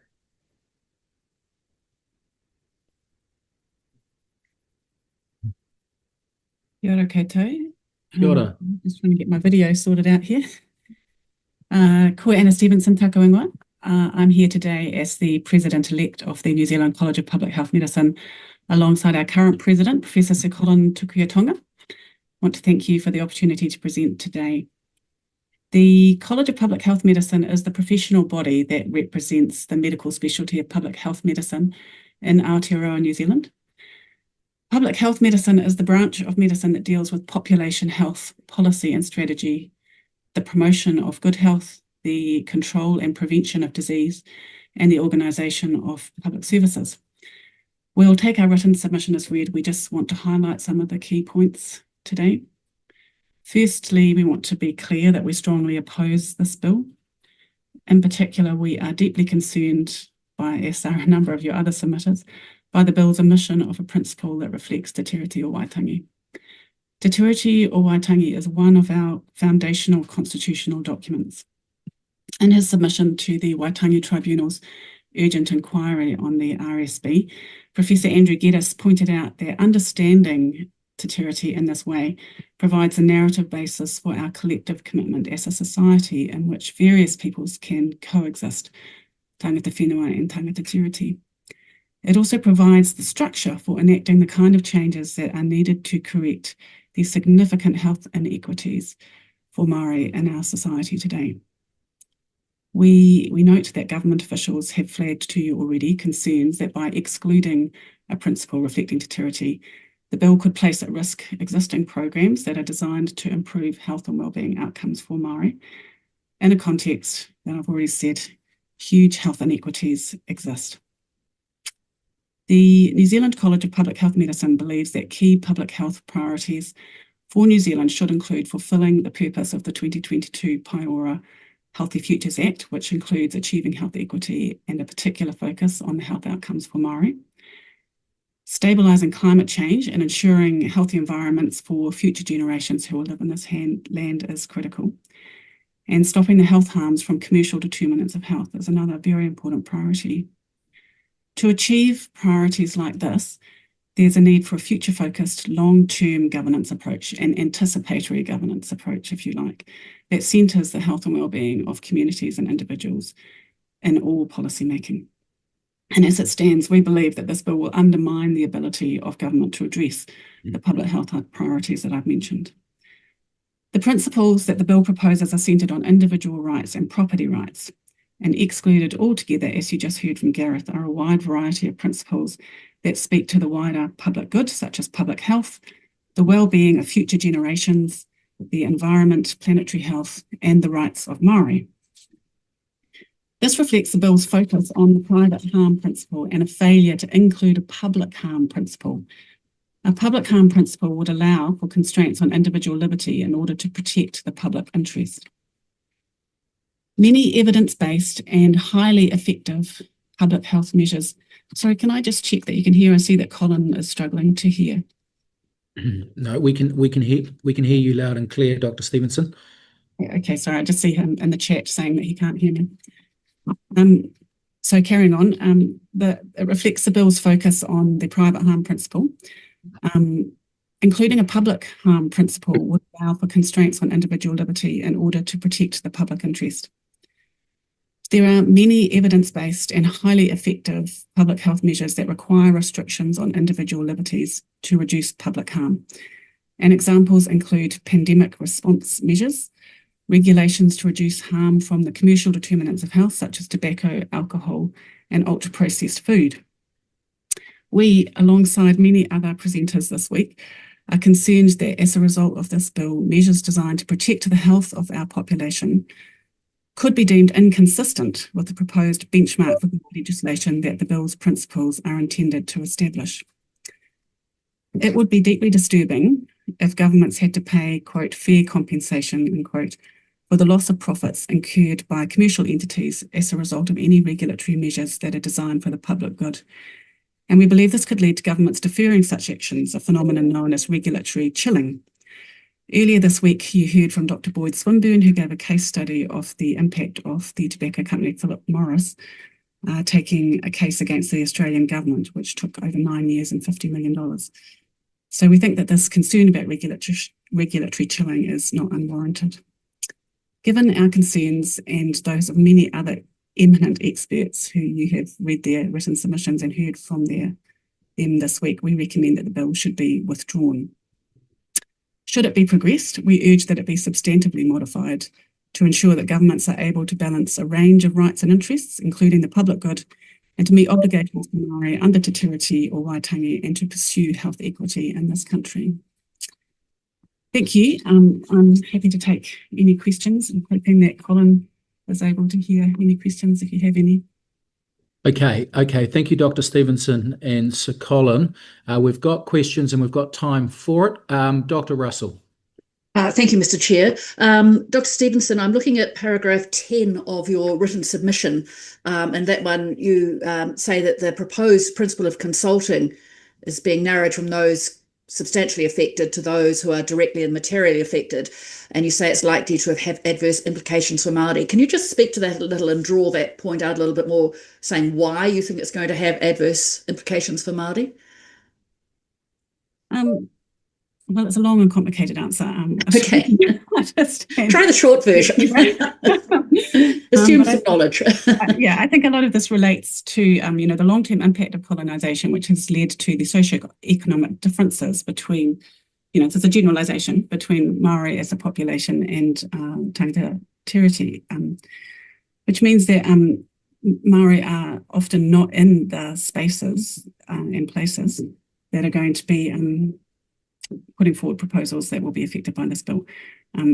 Textbooks, whole university courses around this, but essentially we have a population whose socioeconomic status is generally often much less than Pākehā, and therefore they're not going to be in a position to be compensated or to be part of these processes. So if I think I'm understanding this right, basically because Māori have, as a generalisation, you say, presumably just fewer assets, fewer resources. They're not, because they start out with less, they're going to be affected less, therefore they're not directly and materially affected by a proposal. Is it? That's a great way to say it. Thank you. Great, thank you. Right. Very good. Any other questions for Dr. Stevenson or Sir Colin? Sir Colin, you wouldn't want to add anything at this point? Because you'd be most welcome to. If you do, we're just going to take you off mute. I know you're operating off an iPhone, which is never easy. Yeah, sorry, I've been having fun and games connecting. Thank you very much, and good morning. Just to back up the point just now on the issue of Māori, I think it's a fundamental problem to omit Te Tiriti in the proposed bill if the bill does go ahead. That treaty, Te Tiriti is a founding document of our country, makes us unique as a nation in the global community. To omit the principles and the treaty is a fundamental error. Okay. Thank you for those comments. Thank you to you both. Thank you, Sir Colin. Thank you, Dr. Stevenson, for that presentation, and we wish you all the very best with your ongoing work. Thank you very much. Thank you for appearing before us. Okay, Mr. Clark, does that take us to Michael Baker? Professor Baker? Yes, that's correct. Okay, we've got Professor Baker here. He needs no introduction. Public Health Communications Centre. Welcome, Professor Baker. Well, tēnā koutou katoa. Huge thank you to the Finance and Expenditure Subcommittee for this opportunity to make an oral submission on the Regulatory Standards Bill. This oral submission is on behalf of the directors and senior staff of the Public Health Communications Centre based at the University of Otago in Wellington. I'm the director of the centre, medical practitioner, public health physician, a professor and researcher at the University of Otago. This submission expands on points in our written submission. Just to summarise, we consider the RSB to be bad law that is unnecessary, unworkable and harmful to public health. And consequently, it should be rejected and not proceed beyond the select committee stage. We've got three major objections to this bill. The first is that its broad operation takes Aotearoa New Zealand in a direction that is harmful to our health, well-being, equity, environment, and long-term prosperity. Secondly, that it will have a chilling effect on law and regulations designed to protect and promote health and equity. And thirdly, that there are actually far better ways of scrutinising and improving the quality of current and new legislation that are less costly, less clumsy, and less undemocratic than the mechanisms proposed in this bill. So I'll just go through those areas in a little more detail. So in terms of looking at the broad operation of this bill and where it takes New Zealand, the explanatory note in this bill talks about the purpose is to reduce the amount of unnecessary and poor quality regulation. It talks about providing a benchmark for good legislation through a set of principles of responsible regulation. And as previous submitters, such as Professor Jonathan Boston have pointed out, there's no university agreed benchmark for good legislation in relation to both the substance and the process of this legislation. His submission argues that this is actually an impossible goal. But if we were to imagine for a moment that it might be possible to define a set of such standards that good legislation should meet, it's an interesting question. What standards would most New Zealanders expect to see on that list? They would almost certainly want these standards to broadly reflect the kind of society that most of us aspire to live in. They would no doubt include some of the principles listed in this bill, such as upholding the rule of law, but we'd also expect to see other standards in regulation, such as human health, safety and well-being, fairness and equity, environmental integrity and sustainability, protecting privacy, Maori rights and the principles of te tiriti. If this bill is to become law that defines high-quality legislation and stewardship over the regulatory system, then we would all care deeply about how it defines quality.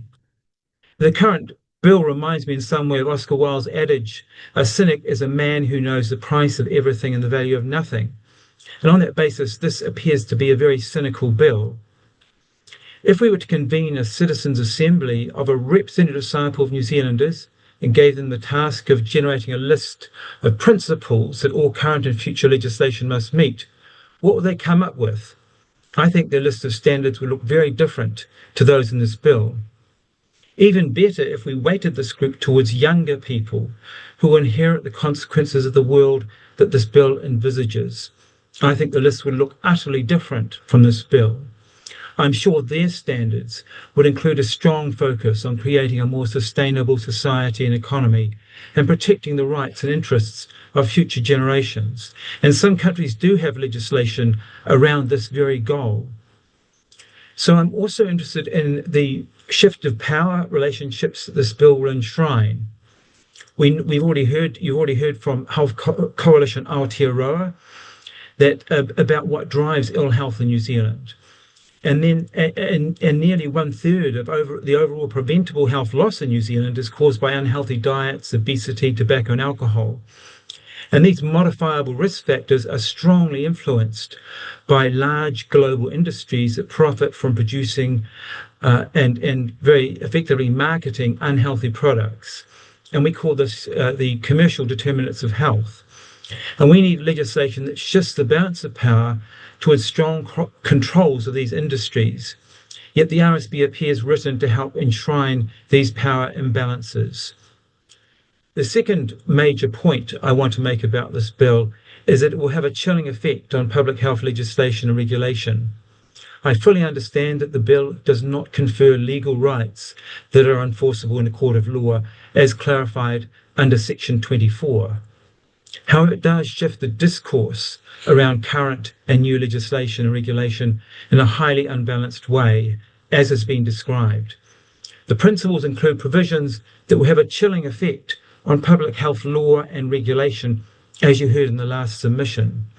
For example, the takings or impairment principle, Section 8, would enable commercial interests to seek public compensation if legislation impairs their intellectual property or reduces their profit. And there are many public health examples where compensation could potentially be claimed, or at least the spectre of compensation would be raised by this legislation. For example, tobacco controls such as denicotization, alcohol restrictions such as sponsorship bans, controls on unhealthy food and drink such as limiting marketing to children, and clean air provisions such as mandating emission reductions. In addition, by enforcing a narrow private harm standard, also in Section 8, and rejecting the public harm principle, the bill would limit the government's ability to act in the public interest, limiting the scope of future public health protections. The third area I think is much more positive, and that is that we already have far better ways of scrutinising and improving the quality of current and new legislation that are less costly, less clumsy, and less undemocratic than is proposed in this bill. And in many ways, the RSB fails in its own implicit standard, which is to clearly define the problem it is intended to fix and demonstrate that there are not simpler, more efficient, and lower cost ways of achieving similar benefits. For example, one area that I'm very familiar with are regulatory impact standards. And this process, of course, is managed by the Ministry of Regulation, which is overseen, of course, by the Minister of Regulation. There's an impressive process for production and quality assurance for these RIS documents, and it's described on the Ministry of Regulation's website. This includes the requirement to show evidence of efficient and effective consultation with stakeholders, key affected parties, and relevant experts. And once completed, the RIS document is submitted to Cabinet along with the Cabinet paper. They're published online, including when the bill is introduced into Parliament. And this process appears to deliver most of the additional scrutiny of legislation and regulation that the RSB is proposing. It also puts the responsibility on the government agency generating the legislation or regulation. And it does, of course, make the RIS available widely to decision makers and ultimately the public. And best of all, it does this by not creating a whole expensive new bureaucratic process as is proposed in the RSB, which would include an unelected regulatory standards board and all of the infrastructure needed to support this process. I know that other presenters, such as Sir Geoffrey Palmer, had described the many parliamentary mechanisms for reviewing legislation, such as the Regulations Review Committee. And Professor Jonathan Boston has talked about how this legislation fails to recognise and address some of the major causes of regulatory failure in Aotearoa, New Zealand. And some of these could be addressed in a far more comprehensive way. For example, supporting our current scrutiny systems in compliance monitoring and improving regulatory stewardship, reviewing and evaluating existing legislation, and building a skilled public service workforce to carry out all of these processes.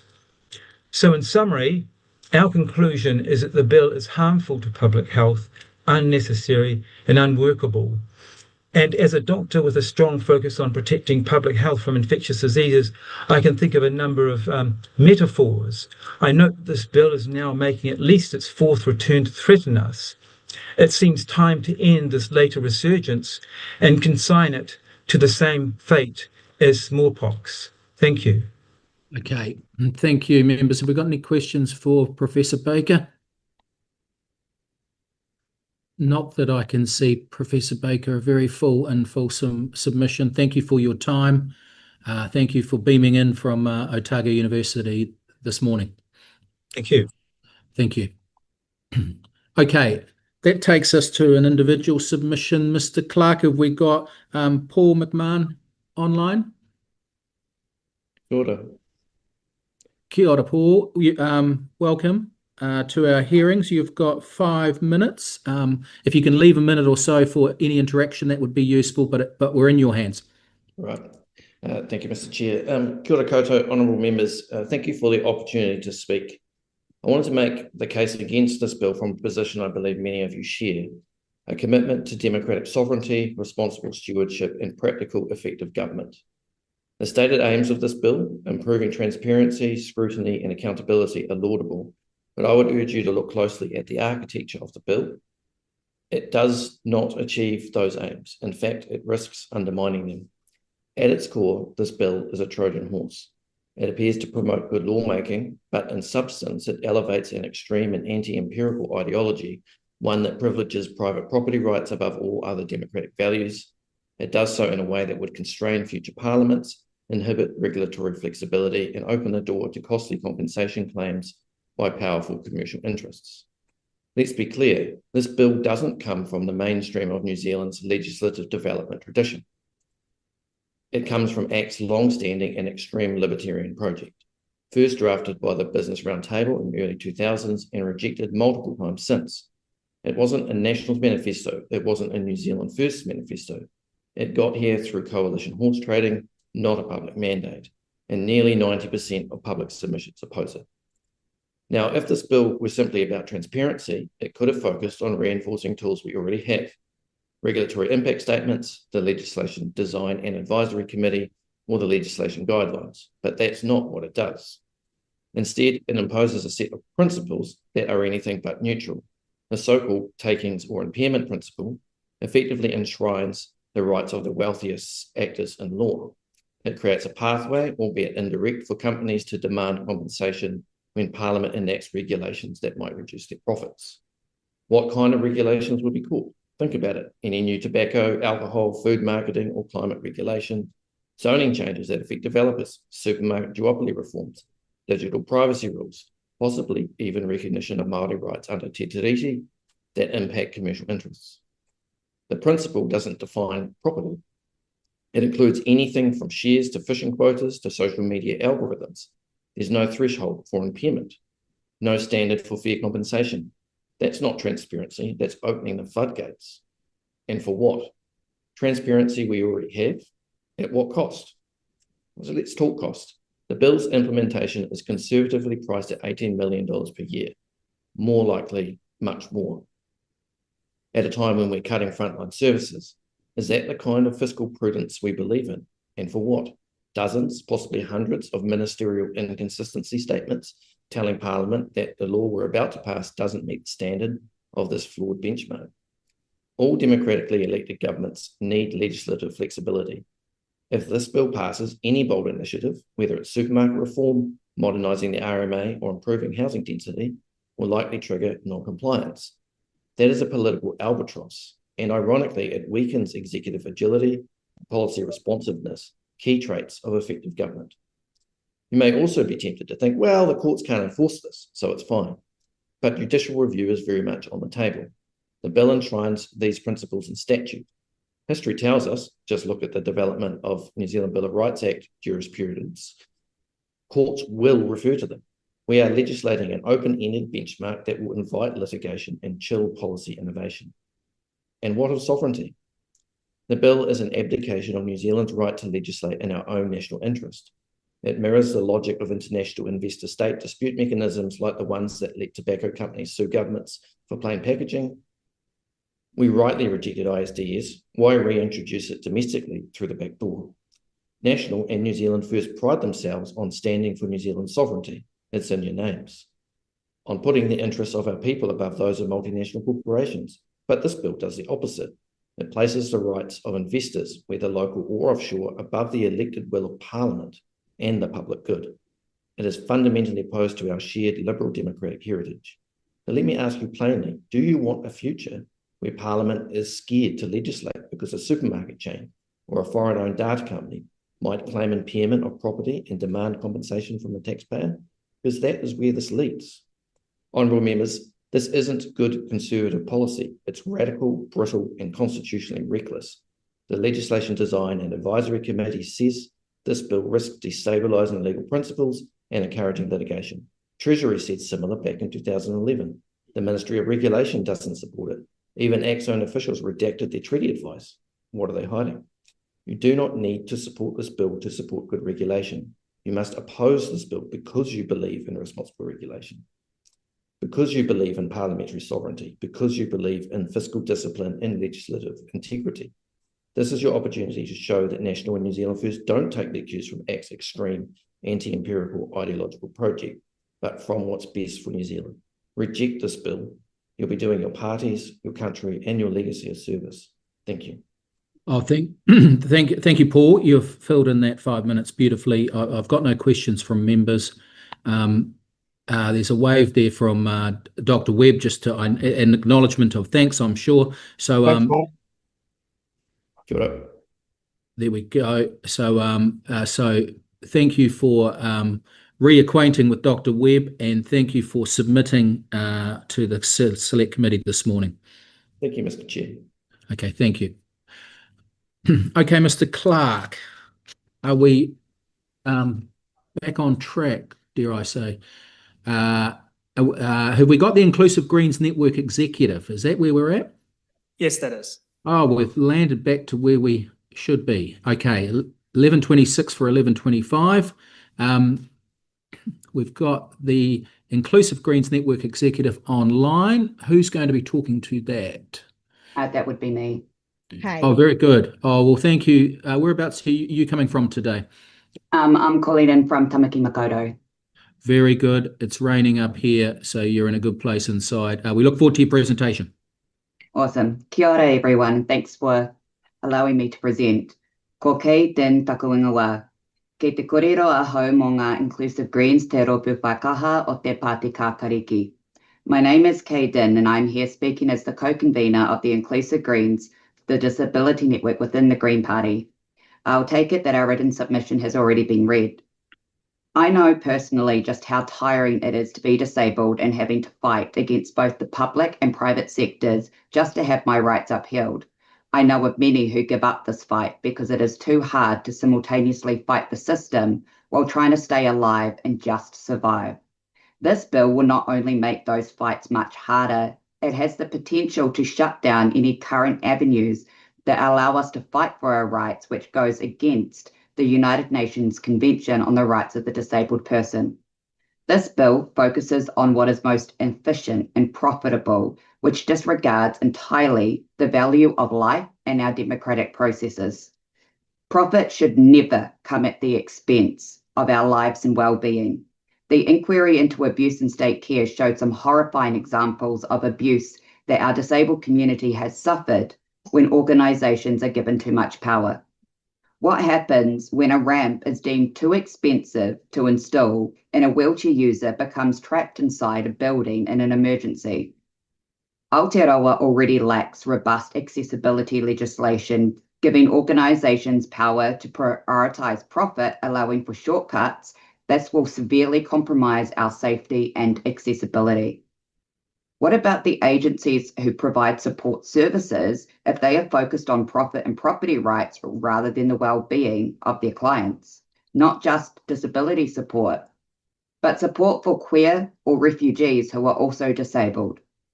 This bill allows for disabled rights to be violated in favour of a company's freedom and profit margins.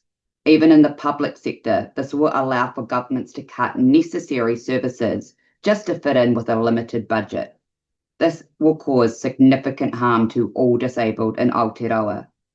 Now, the Regulatory Standards Bill has a section that talks about the importance of consultation with those who will be directly and materially affected by it. Yet this was not done for this bill. This shows that those who put forth this bill believe that it should not apply to them, or simply do not care about the harm this would do to minoritised groups in Aotearoa. As it stands today, many minoritised groups, especially disabled, have been and still are treated unequally under the law. This bill will only further increase the inequitable treatment of the disabled community while giving private organisations the freedom to ignore our fundamental human rights. Sonia Cooper, a lawyer that represents survivors of abuse in state care, said that those that she represents have a very distinct and urgent set of needs that would not be addressed by being treated as equal under the law due to our disabilities. The Waitangi Tribunal released a report stating that even the introduction of this bill is a breach of te tiriti, let alone allowing this bill to pass. The bad faith and arrogance behind this bill, considering all the efforts at resolving past injustices and working together, is breathtaking. Systemic inequalities already cause Whaikaha Māori to experience poorer health outcomes, including extra barriers to education and employment. This bill will only lead to the worsening outcomes for Whaikaha Māori, as it goes against both Te Tiriti and the UNCRPD. The services that do exist for Whaikaha Māori only exist because of the collective rights Whaikaha Māori have through Te Tiriti. The RSB sidesteps Te Tiriti, favouring corporations and individual freedoms, which puts all of these collective rights at risk. The Waitangi Tribunal made a point. Emphasis on formal equality fails to acknowledge that equal treatment does not create equal outcomes, especially when there has not been equality from the outset. To otherwise elevate equality over equity reduces the rights of Māori as Indigenous people. This also reduces the rights of all minoritized groups to fair and equitable treatment under the law. We ask that the government do the right thing and halt all further progress on this undemocratic bill as recommended by the tribunal. Thank you very much. Loud and clear. I'm going to go to Marama Davidson for a question. Thank you very much, Mr. Chair. I'm not surprised at all, Kay, to hear such a compelling kōrero from you. And I wanted to pick up on an example you raised, for example, where a ramp might be too expensive, and that given the context that we already lack robust inclusive accessibility legislation, would you like to share with the committee and people listening other examples then of how you can see the RSB having that very real life examples of having that detriment on the communities that you're speaking for? Thank you. Well, already we have disabled people that are basically under house arrest because they can't get access to equipment services under our current legislation, which this bill will just increase that even further. As of right now, the only reason why I have my wheelchair is because I do need to use it at home as well. Those that need a wheelchair to leave their house can't get access to that at the moment. And under the RSB, it's going to be even harder. And they'll be able to decline things like being able to have a ramp installed so I can leave in my wheelchair and that kind of thing. There's also when organisations are allowed to say that profit and the expense is too much, that only 0 points so much percent need to use those accessible safety measures. This means that when one of those people are in that situation and something does go wrong, they're not going to make it out because those safety measures may only apply to 1 or 2 people out of 100, but those 1 or 2 people deserve to have a safe way and a good life. Okay, very good. We might just leave it there. Thank you so much for coming to us from Auckland today. We appreciate that, and thank you for the work and effort you put into that submission, Kay. Thank you so much. Thank you.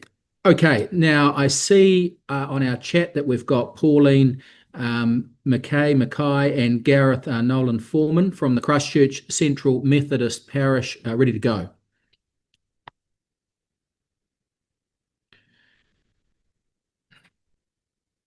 Welcome. Tēnā koutou, tēnā koutou, tēnā koutou katoa. Thank you for this opportunity to speak to this bill. We are Pauline Mackay and Gareth Nolan Foreman, the 2 parish stewards of the Christchurch Central Methodist Parish, more commonly known as Durham Street Methodist Church.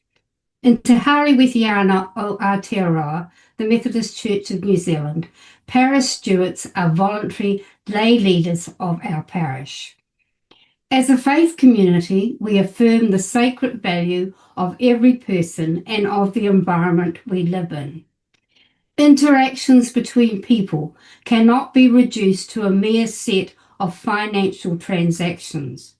A fair and just society cannot be built on laws which look only at narrow cost-benefit analysis and ignore less tangible objectives and respect both people and the planet. We stand especially for those who have been hurt, put down, or excluded from society. We stand in solidarity with those who care for the earth, those who believe in social justice, those who believe a better world is possible and aren't afraid of being part of making that happen. Thus, we oppose the current bill for three main reasons. First, we believe it's fatally inadequate and unbalanced. Some of our most important values, as many other submitters have said, as a society are missing in action from this bill. We have no problems with promoting responsible laws and regulations, but believe the current bill will not achieve this, primarily because of its narrowness and unbalanced approach.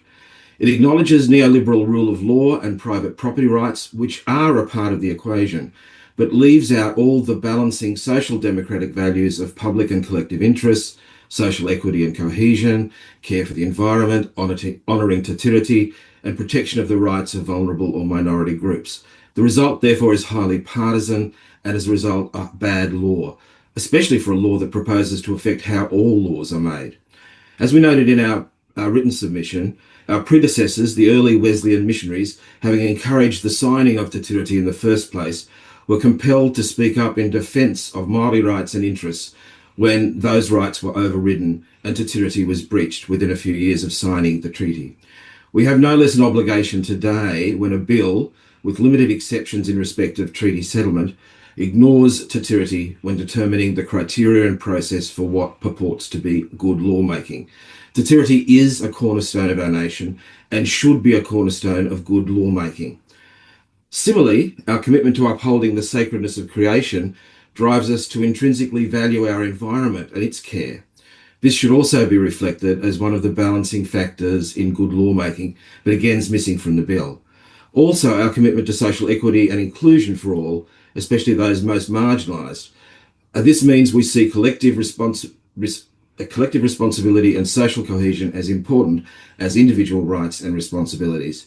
This should be reflected in any principles of responsible and effective regulation, but once more is completely absent from the bill.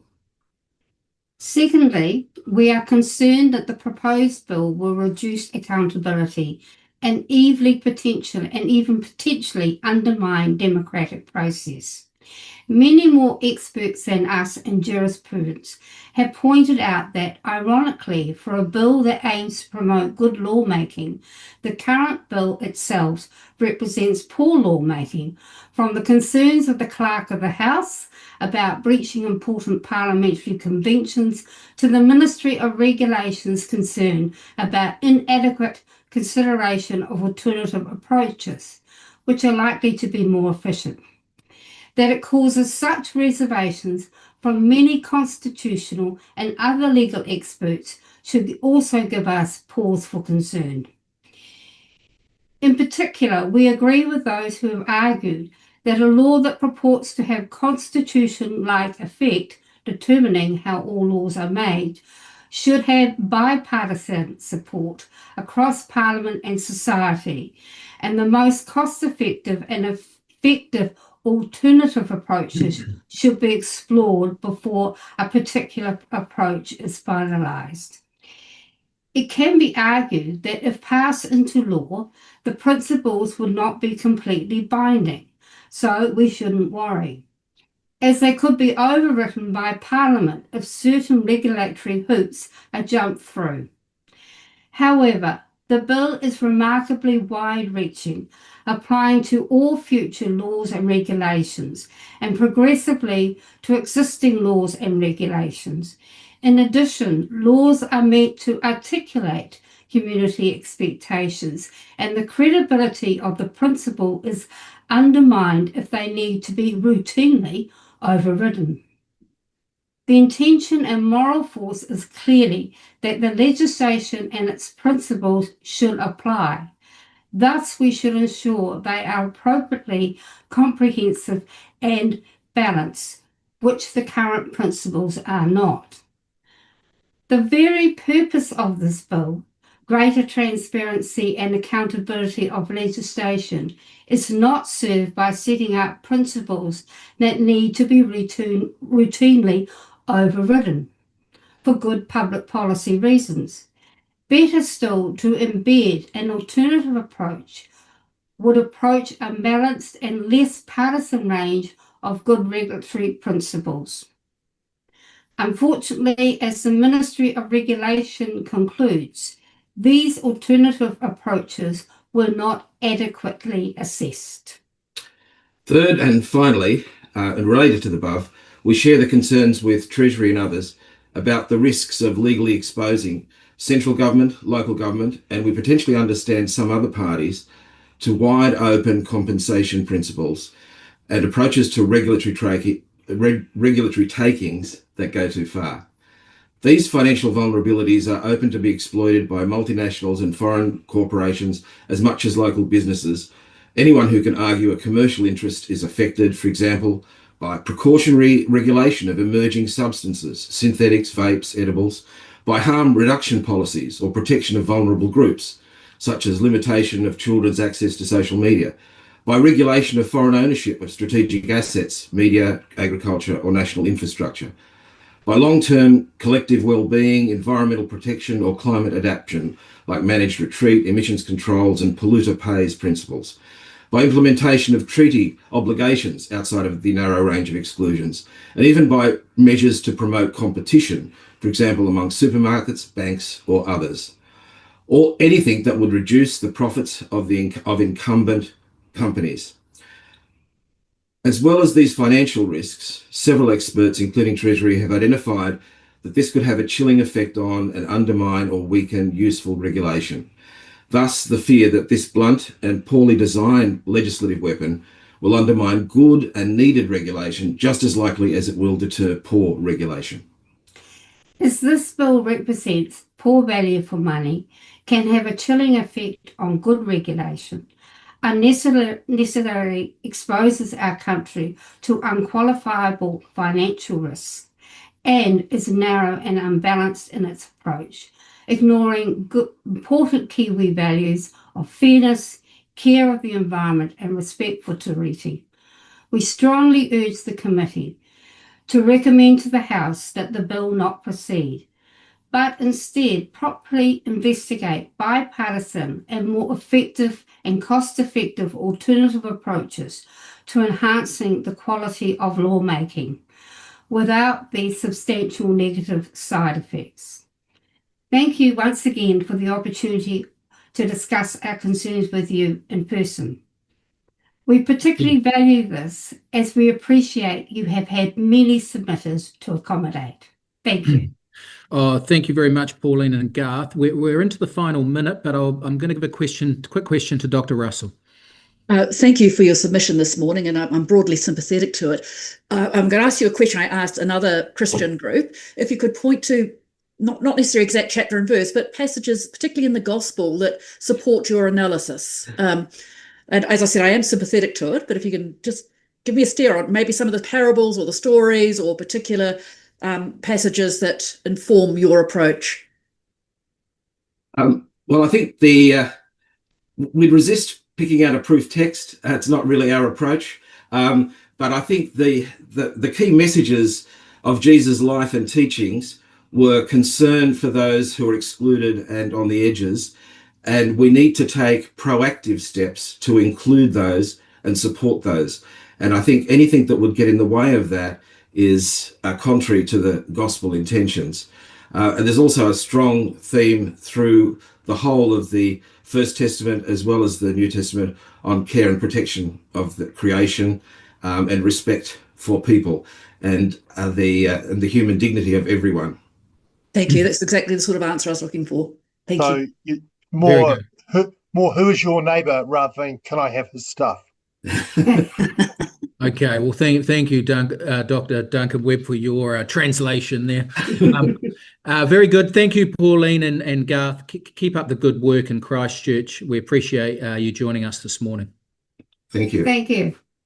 Thank you. Okay, members, that leaves us to the final one before the lunch break, the final submission. Have we got Jenny Campbell from CAM? Is she here, Mr. Clark? Yes, I am. Yes, Oh, I am. yes. Yes. Hello, Jenny. Where are you coming from today? Murihiku, Southland, but I'm actually in Balclutha with my great-grandchildren. And the wow. dog. And the dog. Jeez, well, that's good to be with the great-grandchildren in the school holidays. Hey, look, you've got 10 minutes. We look forward to your contribution. Kia ora. Kia ora e hōmā, members of Finance and Expenditure Subcommittee. He iti he punamu, it may be small, but it is very precious. Ko reti toku awa, ko takatimi toku maunga, ko takatimi toku waka, ko naitahu toku iwi, ko te rau araha toku marae, no Mossburn toku kāinga ki Murihiku, ko Jenny Campbell aho. I'm speaking as co-convener of Coal Action Murihiku, CAM, along with personal perspectives. He waka eke noa, we are all in this together.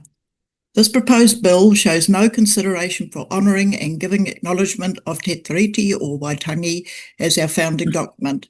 Those Te Tiriti principles bring with them the essential need to fully consult with Māori and the kaupapa around solutions and understanding of our need to work together on a consultative basis, valuing tangata whenua's long-term wisdom for their lived experience here as our First Nation people. This is particularly relevant regarding biodiversity, along with the appreciation of the need to protect te ora or te taiao, including our rivers, oceans and land from the mountains to the sea, as the habitats of our precious native species, our taonga. Crown policy must give full effect to Te Tiriti in involving and consulting with Māori, as well as measures to enable iwi, hapu and whānau to exercise their rangatiratanga and kaitiaki role in respect of taonga within their rohi. These injustices have not been redressed as under New Zealand's Bill of Rights, an indictment of our lack of appreciating equity as opposed to equality. CAM members recognise the significance of the articles of Te Tiriti or Waitangi and New Zealand's Bill of Rights Act, which have withstood the tests of time. We are submitting about these injustices as outlined in the proposed bill against present and past generations of Māori in particular, along with those who will follow in our footsteps, our mokopuna and their mokopuna, well into the future. If we do not speak out for Māori, our futures will be greatly affected and justice and our human rights severely impacted. The proposed Regulatory Standards Bill has implications which could reshape how New Zealand governs itself. We have real concern that this proposed bill and legislation could have strong and sweeping impacts on government services, environmental protections and the very structure of our democracy. Many of the bill's principles are constitutionally and practically very worrying. There are broader democratic risks stemming from misinformation and the erosion of trust in public institutions. All of these are concerns for CAM's members. The Regulatory Standards Bill fundamentally breaches Te Tiriti or Waitangi and tries to essentially remove our founding document from future lawmaking. Its principles aim to exclude Te Tiriti or Waitangi entirely. By putting liberties, rights and private properties as principles over and above obligations and the protection of the common good, the bill could force the rewrite or change of meanings of many existing laws and regulations. It would threaten any safeguard for the environment and communities. By omitting any principles that relate to Te Tiriti or Waitangi, the bill has the potential to sideline Te Tiriti-based protections from existing and future laws and policy. The proposed Regulatory Standards Board, charged with overseeing compliance with the bill's principles, would have enormous power. Under the influence by vested interests like the mining and industrial agriculture and fishing industries would mean suffering for Aotearoa's citizens, particularly Maori, migrant workers and other marginalised groups, as well as activists working for social and environmental justice. The proposed principles in the bill would create a new unprecedented expectation that the government pays corporations taxpayer money if new rules impact their property, even if those rules are to stop pollution, protect nature, or prevent harm to people and communities. The proposed bill does not act in the public interest. Restrictions on taxes and charges could undermine publicly funded healthcare and education, so eroding public services. Deregulation could erode minimum wages, working conditions, and health and safety standards, and so weaken workers' protections. It is likely to increase taxpayer costs, with corporations being able to seek compensation for regulatory changes to their property rights. These could happen through government actions to mitigate risks to public health or the environment, such as revoking the fast track or mining proposals or tobacco labelling control. Efforts to instigate or initiate activities to respond to climate change or environmental concerns could face legal challenges, so removing environmental protections. There is a lot of concern over the principle to prioritise corporate property and individual freedom over environmental protection, public safety and Indigenous rights. The absence of a principle about equity risks the prioritisation of corporate interests over community and collective social good. This will marginalise collective community rights, and especially those in the disabled community. Facing imminent ecological and social crises, we need to work cautiously and collaboratively with common good, social equity and ecological health and resilience at the heart of our legislation. This proposed bill goes diametrically against these. Personal income and property rights take precedence. Its aim is to provide more freedom for businesses to operate and reduce government involvement in economic management, with the environment and social justice not being priorities. This does not sit with what Aotearoa society stands for. In contrast to promoting liberty and economic freedom, a more collective and equitable approach is needed. This proposed bill, through its regulatory process, limits the consideration of social and environmental impacts for economic gain. We have very real concerns for the future of our country's democracy if this bill is moved through the House. The ability of any future government to respond to the very real crises we face, including climate change, inequality, freshwater pollution, biodiversity loss, it goes on, without being tied down to legal threats and corporate claims, is at very real risk under this proposed bill. The bill and the process being followed is an insulting attack on our sense of community and caring for each other. Democracy for the common good is a mark of our society, along with kindness and caring for others in our society who are not so advantaged. Can members submit that this bill be withdrawn immediately?